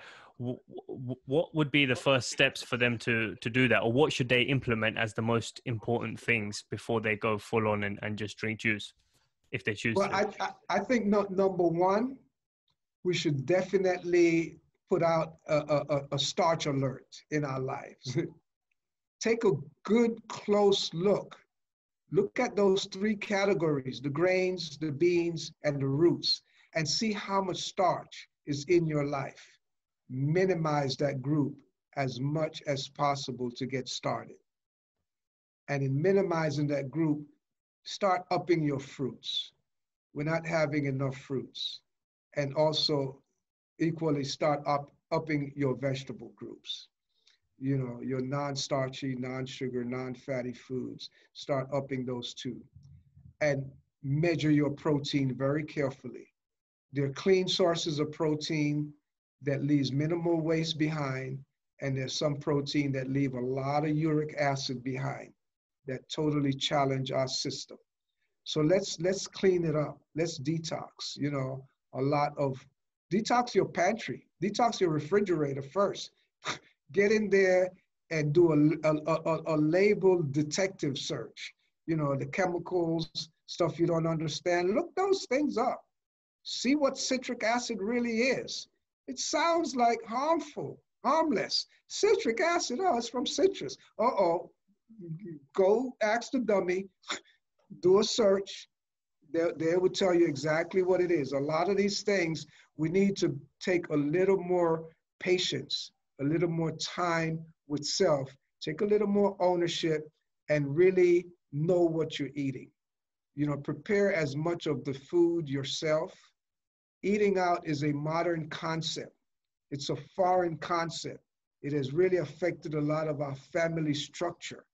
Eating out, you know, it's fine. You can eat out, but understand that eating out is entertainment. It is not for nutrition nowadays, because the cost of food production is cost prohibitive for a restaurateur to make any decent money on selling good, wholesome food, unless you're going to pay a lot of money for it. So be careful with these types of things. You know, take ownership, you know, and be careful with some of the popular trends today. You know, some of the new diets that get you to, yeah, cut your starch out, but they get you to up your animal protein, you know, your greasy foods, your butter and your milk and these types of things. Be careful with those types of things. Be careful with some of the new concept of vegetarianism. I'm still stuck as a vegetarian. I'm not a vegan. Understand that vegan is an animal rights movement. It's not necessarily a human rights movement. And veganism go beyond just not eating animals. It's a whole culture. You know, it's a concept that was developed to protect the animals. That's a great approach. So you don't wear leather, you don't wear mink, you don't do a lot of things that are associated with animal abuse and all of those things. But look, the animal that you live in is quite an endangered species. So if you start with that one and stop abusing it and endangering it, the other animals are gonna be safe. So don't put too much emphasis on them without putting as much on yourself. Because a lot of us animal rights lovers, you know, we have some of them as pets, and we actually feeding them artificial foods. That is not animal rights. That has nothing to do with animal rights. That is animal abuse. To take some old rubber from defatted soybean protein and soak it in water and blow it up and give that to your animal, you're not an animal rights lover. You're not a vegan. Come on, let's be real now about these types of things. So, and basically ostracizing the word vegetarianism, we've opened up a Pandora's box, and you have people who are eating fish and dairy products and calling themselves pescatarian, or, you know, vegetarian that still eat animal dairy, fish and seafood, or, you know, lacto-ovo vegetarian. What the heck is a lacto-ovo vegetarian? Either you are or you're not. This borderline wannabe, and so it's fine if you accept a lacto-ovo vegetarian. Don't discriminate against the pig vegetarian, okay? Because if a lacto-ovo can be a vegetarian, someone who eats pork chops can still be a vegetarian if they're eating vegetables with it. So come on, let's really go back to the roots of reality, and let's really, you know, anchor ourselves in, you know, watching the chemical onslaught on our life.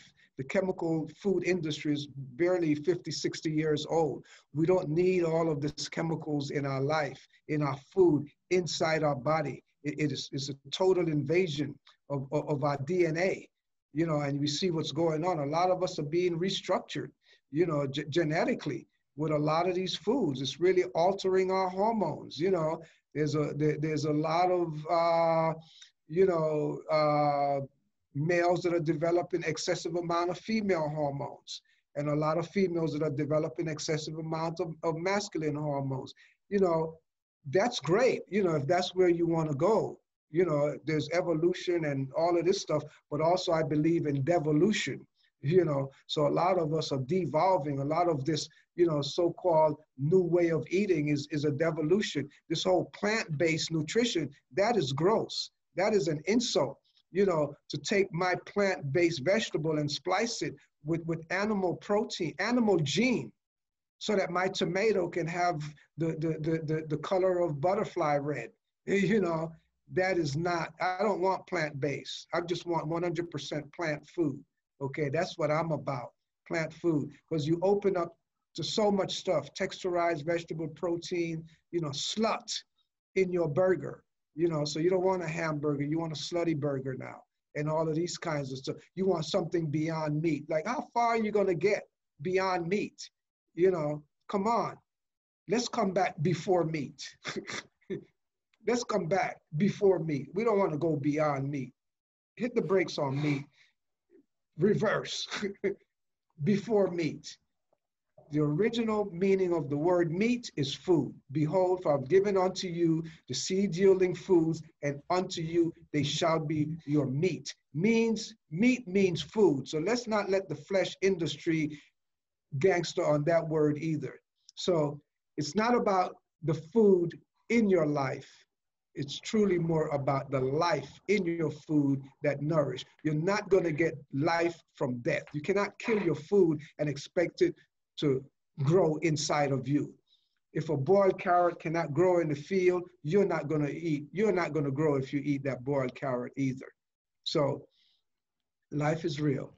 See, some of the points you made there are important, especially around protein, and that kind of brought up the question for me around this whole culture around, you know, bodybuilding and looking good and eating 6-8 meals a day, and then you've got all of these people who are on stage and they're promoting, but just because they're winning titles, they're promoting kilos and kilos of meat, you know, just cooking it, preparing it, then heating it up in the microwave, preparing your food like 4 days in advance. And I don't know, what would you say to that generation of individuals who are saying, I'm eating for a body image because I want to look good. And if you look good, then surely you're healthy, right? Like if you strip back all your fat and you look like the poster boy, you know, talk to me about your thoughts around that. Well, the human body does not store in mass abundance anything that it needs. We burn it up and we need to constantly replenishing it. So body mass, especially packing, bodybuilders, eating heavy protein and going in the gym, doing whatever you're doing and compressing that protein, squeezing the moisture out of it, really compressing it, condensing it, turning fat into crystal, you know, turning fat into wax, literally, turning mucus into crystal. Look, there's enough examples. There have been enough Muhammad Alis out there. There have been enough high caliber athletes that have crashed, and you see the fall, Parkinson's or whatever it is. When you pack your body with so much waste in it, to have 6-packs, 9-packs, double packs, barrel packs, or whatever you're packing in there, the system is constantly unpacking that. And for it not to unpack, as I say, for the body to stop, for the body to continue digesting, it's an everlasting process. Because the minute you stop packing it in, the systems are going to unpack. And all of that mess is going to be thrown back upstream, and it's going to hit the fan. You're going to have a stroke. You're going to have an aneurysm. You're going to have some life-threatening or life-destroying slapback from all of this stuff. Karma is real. You cause the death of those animals so you can pack your body with their carcasses. Those animals are going to kill you. But thank goodness your death is slow, not as swift as theirs. Your death is full of sufferation.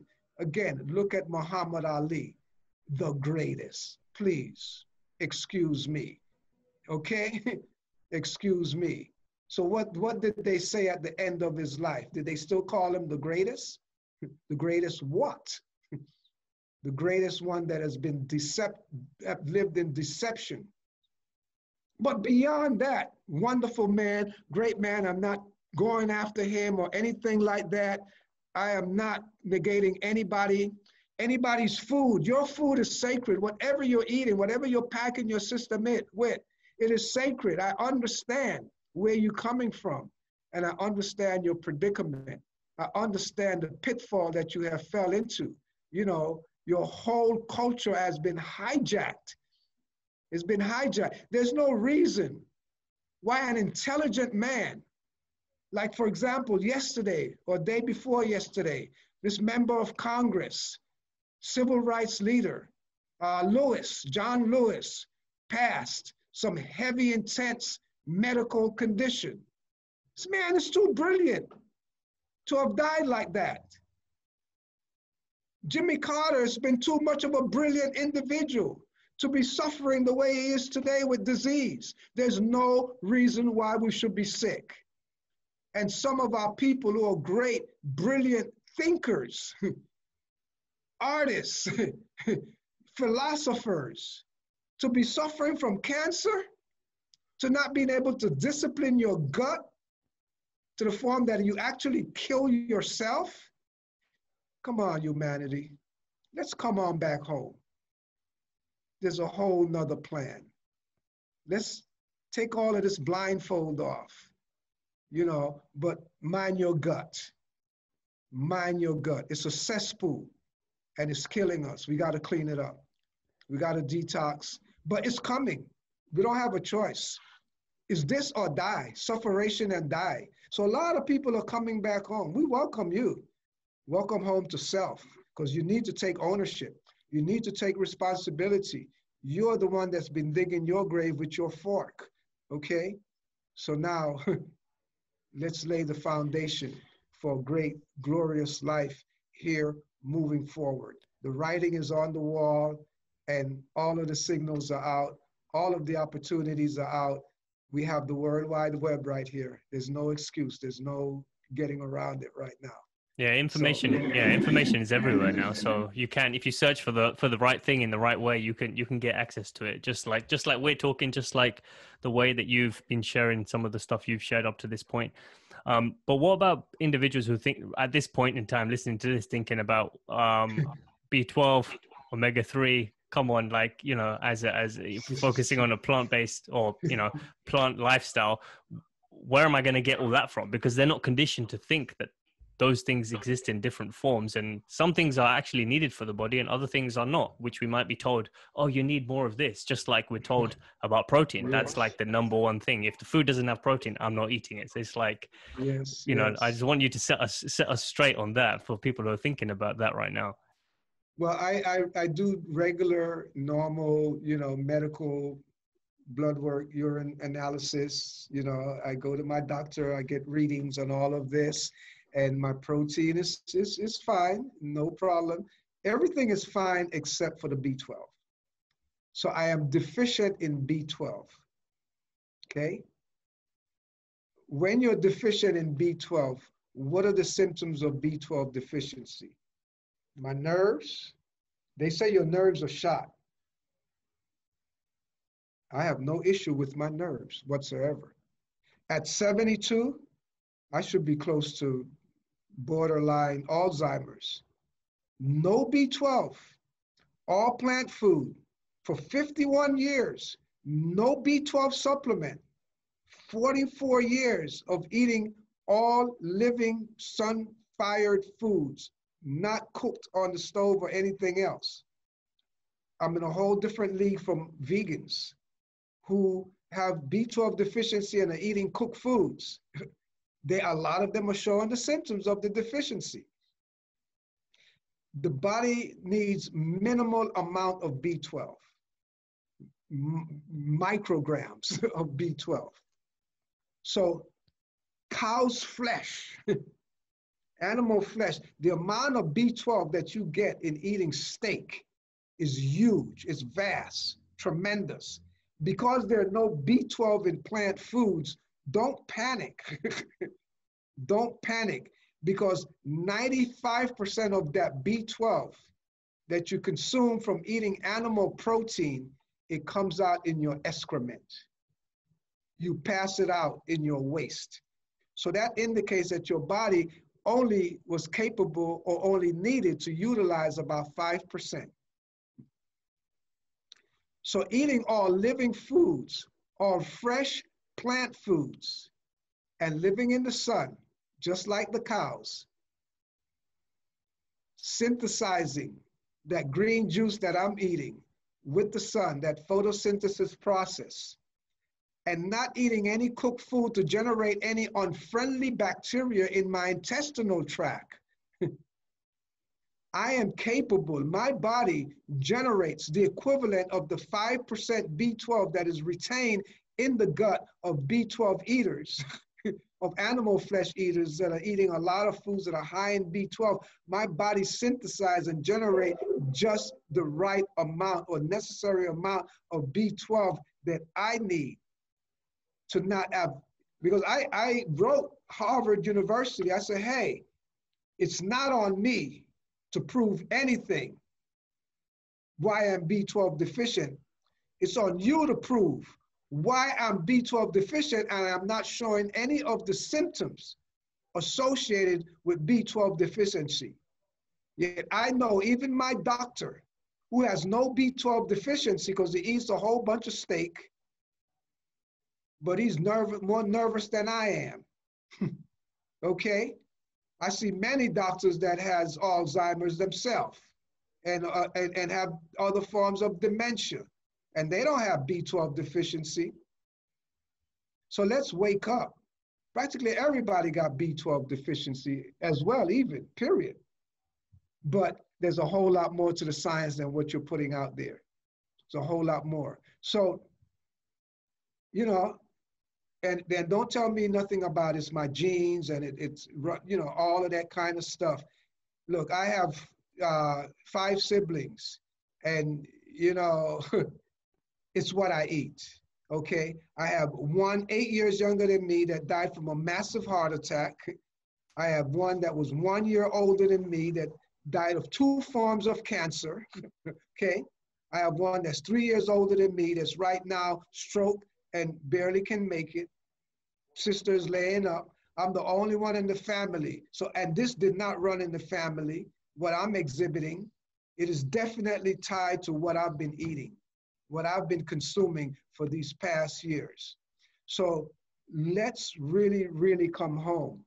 You know, you don't need as much protein. Protein are for building the body. And I thought we got matured and fully grown by the time we reached 20. So what is it that we're building with all of this heavy consumption of protein? I take minimal amount of protein, and my main protein source is seeds and nuts. Sunflower seeds, pumpkin seeds, almonds, walnuts, but there's trace of proteins in a lot of foods. Broccoli has 3% protein. Look, mother's milk only produces, I think, what, 3.5% protein? And she built little baby infants on 3.5% protein. What do we need all this macro protein in our system for? So let's grow up. Let's grow up. You know, let's be real. But of course, there are things that we're doing that are challenging our system. And a lot of what we're consuming is just masking a lot of, you know, the reality under which we're living. So we really need to get a hold of ourselves, slow down on the complex carbohydrates, take it easy on the protein, up your fruits and your fruits and vegetables, and get cleaner quality protein. Have more liquids, have more fresh living liquids, more juices and nut milks and seed milks, real whole foods, whole food, wholesome foods, you know, that you don't need that much. Many ones would say, oh, what you're talking about is too expensive. I love living in an expensive body. You're gonna have to try living in an expensive body at the end of the day anyway, because being sick is not cheap. Being sick is more expensive. So you buy that little big bucket of rice for small money, think you're being economical. You're gonna have to pay that doctor big money to try to help you manage it. when you get a later age. So don't mortgage your youth, you know, pay up front. Pay up front. Heaven is right here on earth right now. Live it now and don't wait till the day you die to get there. Okay? So let's live in glory. Let's live in peace. Let's live in health. Let's live in harmony with the universe and all of our fellow beings on this planet, on this journey, including the trees, including other animals, and our brothers and sisters from other cultures, other religions, other races, you know, other political stratas, economic levels, and you name it. We all have the same blood and we all deserve, you know, our birthright. Good, clean, wholesome food that is not going to attack us, challenge us, and really just destroy us. So welcome home to self one more time. Yeah, so I think when people are listening to this, it's going to give them something to definitely think about and think twice about the way that they have their relationship with food, because for most of them it's proteins, carbohydrates, and fats, and that's how they class what's good and what's not. But then when you start looking at food is a vehicle for consciousness, what's living, you know, I want to add to myself, I want to add to my awareness, to my growth of Yes. my spirit. Then you start searching for the foods that actually have living enzymes or are just real. And when you become more in tune with your body, I think naturally, even though you don't know the science, you gravitate towards the right stuff. Like I went for a run today, and I tagged you in this post. I went for a run today, and then I made pineapple, orange, and lime juice and left it in the fridge. So when I came back from the run, I knew this is sitting in the fridge for me. And as I started drinking it, it's just like a waterfall that's being absorbed instantly. It's just Yes, it's hard to explain, but it's drinking it, you know, your body's soaking it up instantly. It's just happening. It's Yes, so yes.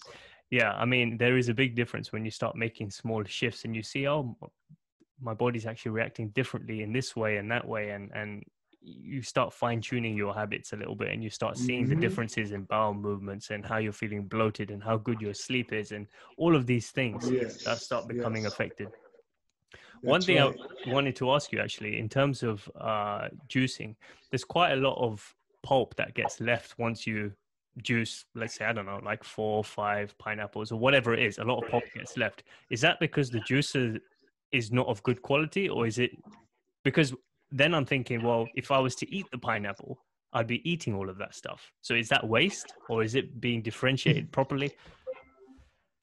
Okay, I definitely want to advise everyone that whatever they're using to make their juice, take that pulp and put it in a press bag or juice bag or nut milk bag, whatever, in a stocking, in a napkin, t-shirt, whatever, anything, and press it out, wring it out manually.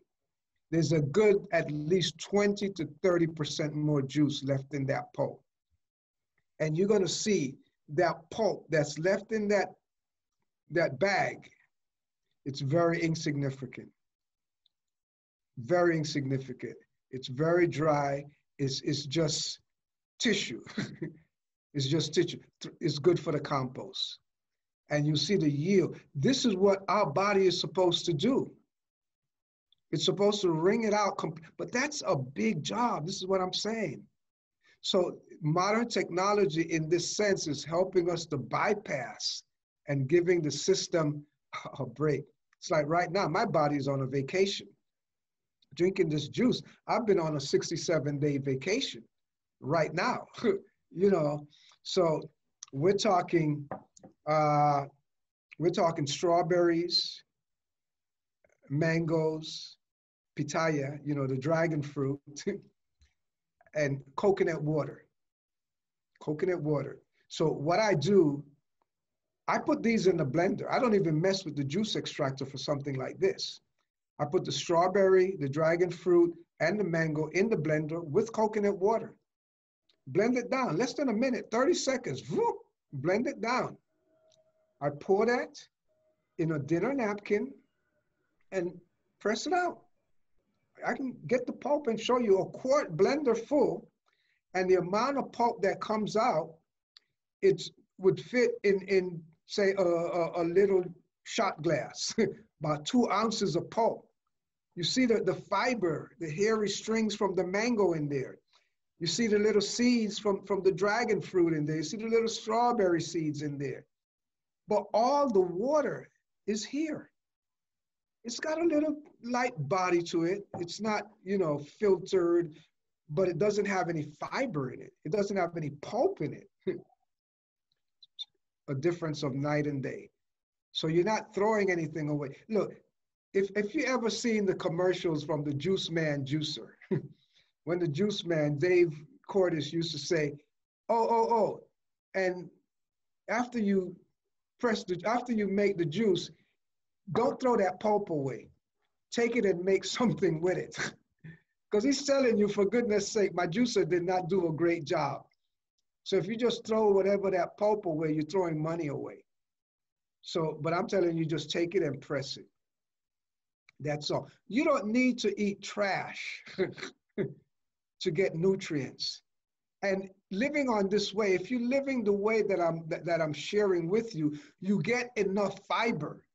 Eating apples, you get enough fiber. Eating mangoes, you get enough fiber. Eating spinach is enough fiber. Celery has enough fiber. You don't need to eat trash to get fiber. And then you're not eating foods that are fiberless. You're not eating flour. You're not eating paste. You're not eating pasta that you have to add fiber. So it's a different game. It's a different game. We need to grow up. We need to grow up. There's more to food than what, the bankers have sold us. Yeah, no, definitely. And I think the more you start to take care of your own body and take some time to slow down and reflect and understand what you actually want out of this vehicle, and you realize, if I'm going to be here for 70, 80, 90, 100 years, I have a vehicle that lasts, that does me well. Because you see a lot of people get to their 60s and, get to your age and they start to be bedridden. They can't walk up the stairs. It's like, is that how it should be? That doesn't make sense to me, man, because the ancients weren't living that way. They had break from digestion. They fasted. They lived time. And I'm not talking about the last 100, 200 years, ancient as in Egyptian days. Oh, yes. They're extremely one of the most healthy species on the planet when it comes to kind of history. So they were obviously doing something right, and that knowledge has been lost along the way. And I was speaking to a friend. It's been hidden. Yeah, it's been hidden because it's around. It gets hidden, and then they sell you a marketing plan as to this is the best way. And because you've got no other information, you think, oh, okay, this sounds cool, this sounds funky, because they appeal to the 5 senses.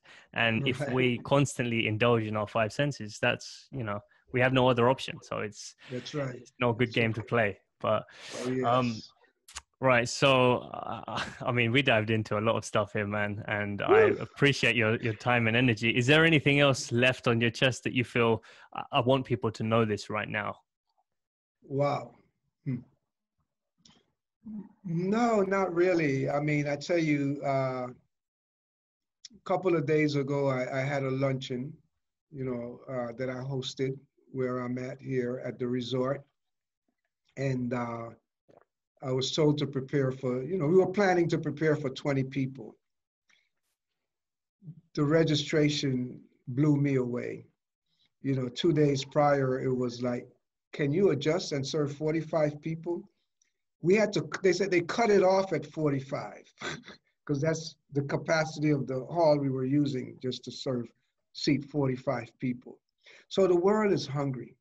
It's hungry for this. And these were not vegans, vegetarians. These were people who, have been watching the world, and these are people who are seeing and feeling and knowing. So most places, I have students all over the world, and most of my students are reporting a spike in their, in their schedules. People are really, they're hungry health seekers out here today. But what moved me the most is I met a gentleman that came who was 69. And to see the life of this man, younger than me, and he's asking, and he was so soaking up everything, mopping up everything. And he's a traditional eater, his daughter brought him, and the man shook my hand, gave me so much. I mean, it's like, you just changed my life. All of this stuff that I've been going through, I know what to do now. I know what I did then. I know why I'm in this mess, and I know what to do now. Thank you. Thank you.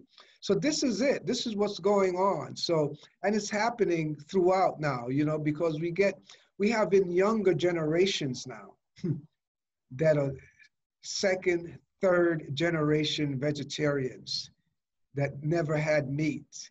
A lot of them are fruitarians. A lot of them are networking on the social medias, and the word is out. So yeah, we have a new world coming.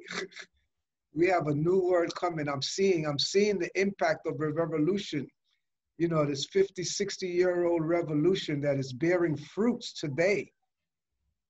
So let's really keep close and tight, breast to the youth of today. Those on the college campus, those are out there on the social media that are really, really hitting it hard.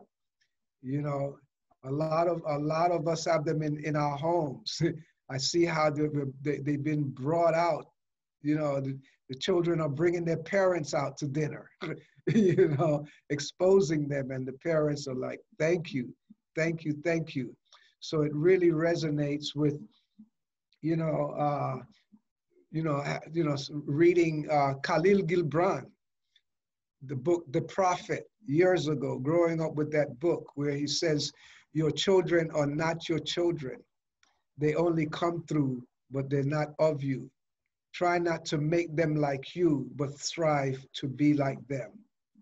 They are coming to teach us new lessons.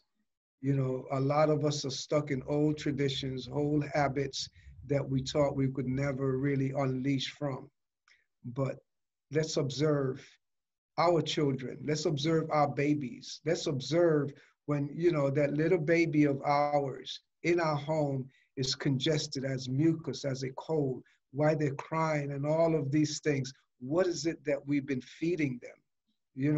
Let's pay a little more closer attention to their cry, to their sneeze, to their cough, and let's catalog it, and let's keep a diary of what, not just what we're feeding them, but what we're feeding ourselves. Let's journal, and let's match our symptoms with our intake, and let's really take control.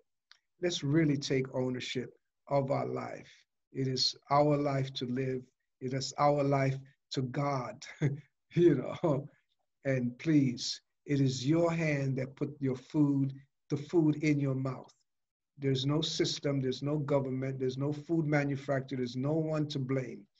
Just take ownership, take responsibility, be conscious, be aware, and just love thyself.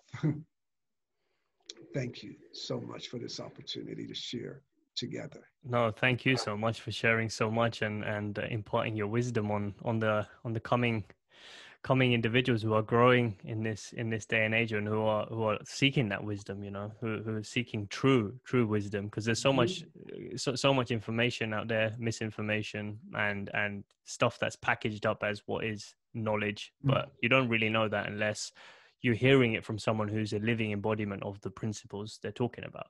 And it's funny, it reminds me of a book that I'd read or a lecture that I'd listened to called Dead Doctors Don't Lie. And Dead Doctors Don't Lie. Yes, I've heard of it.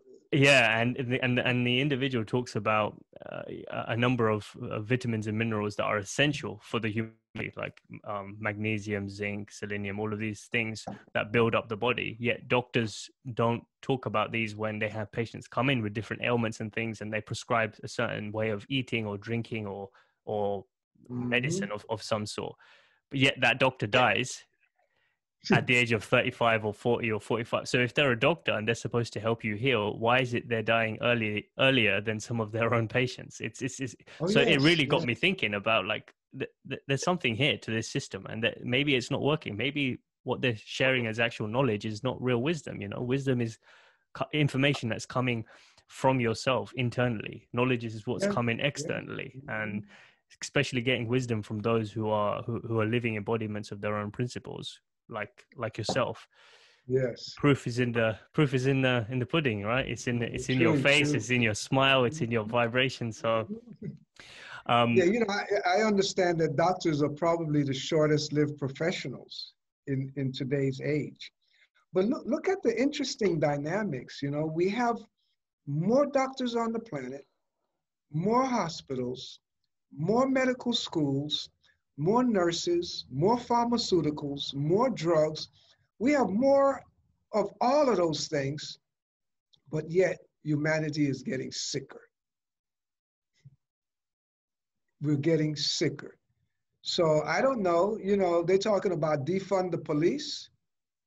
We might want to examine the doctors and their funding as well and see, because, a lot of ancient cultures, their healing principles was that, you, you actually don't pay the doctor until you got well. When you're sick, you stop paying the doctor. So they have to earn. wow, I didn't know that. Earn Yeah. their pay, but it's a different world today. You are paying them in some cases to even make you sick. Yeah, definitely. When I think about the steroid tablets and the creams I was given, all of that stuff is being put into the liver. It's being pumped into the liver, man. It's like it could be still there, even though I had it 5-10 years ago. So, Yeah, yeah. and that's the case with many people who are maybe even uh been taking it for even longer periods and on continually on the same diet, because that's never Oh yeah, addressed. It's yeah, never about your yeah. sleep. It's never about your diet. It's always about, well, what pills can Mhm. we give you, what prescription can I give you? So, That's right. but to wrap this up, I think it'll be good to on a lighter note, what's some of your favorite fruits? Oh wow. Well, I'm definitely into mangoes these days. Mango is in season here. So when I actually break my fast, I'm going to go on about a 3 or 4 day mango mono. I'm not going to drink or eat or do anything, but mango is going into my system completely.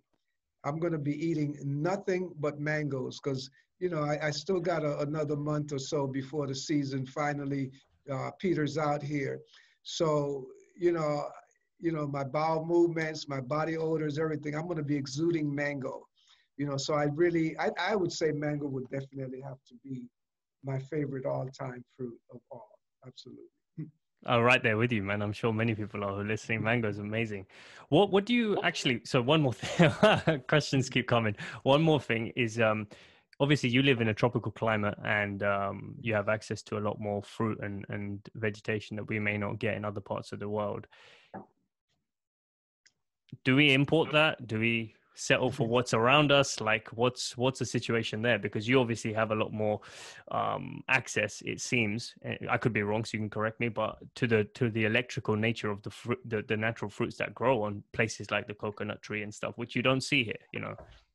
Yeah, well, the tropics are the natural home of humankind. Life for human beings originated in the tropics. So the further we move away from the tropics, the harder our collision course with nature is. So if we choose to live in places, like for me, once I realized that, I run on coconuts, I can't live in New York if coconuts don't grow there. If coconuts can't grow in New York, then neither can I. I have to live where coconuts grow. But the thing is, though, like we're still blessed wherever we are. There's still abundance growing. We don't get certain fruits here at all. Apples can't grow here. Peaches can't grow here. There's a lot of wonderful, temperate fruits that can't grow here. Grapes can't grow here. It still requires specific climates. So a lot of those things we're importing here. And this is one of the things about being where I am in the Cayman Island. They don't have much of an agriculture here at all. So when I'm talking that I'm buying mangoes here. Mangoes, the mangoes I'm buying here, they cost me $4 a pound. They grow here. The real estate here is too valuable for agriculture. Okay, and if you know anything about the Cayman Islands, they don't produce anything here but money. So everything else they struggle to produce, like fruits and veg. So if you find them here that are grown here, they're extremely expensive. Coconuts here, the coconuts that I'm buying here in the Cayman, it's costing me $3 US for one coconut. And it's grown here in the Cayman. In Chinatown in New York, I can buy Thai coconuts for $2.50 from Thailand, imported from Thailand. So we all have some issue going on wherever we are around food and its availability and its cost and all of these things. But, you know, so I think ultimately we need to strike a medium. We need to strike peace with all of these kinds of things, you know? And it's unrealistic to unravel the world and everybody, you know, move back to the tropics. You know, I mean, it's a heavy footprint living in places that you either have to have air conditioning or heat on every single day of the year. That is a heavy human footprint on, you know, on the ecology of this earth. So, but it's more cost effective to just go ahead, yes, and import, you know, import, Yeah. you know, get imported stuff. And it's happening anyway. You can get all the stuff that we have here. I mean, we're getting all the California organic vegetables here. We're getting all the organic, exciting fruits from California. You get the same thing, you know, there's stuff being exported from New Zealand, from Australia, you know, back and forth, you know, from this part to that part. So really, no matter where you are, you can still get a lot of the excitement where I'm at, especially if you're close to a big city. In London, you can get some of the better stuff in London than you will get even in Egypt, because London brings in stuff from Afghanistan, from Iran, from Iraq, from everywhere, you know, from Australia, New Zealand, from Brazil, and you're better off in a place like that, you know, but you need what it takes. And you need to know how to get out of your neighborhood and go to other neighborhoods to find, because all immigrants bring their food with them, you know, or at least they import their food, you know.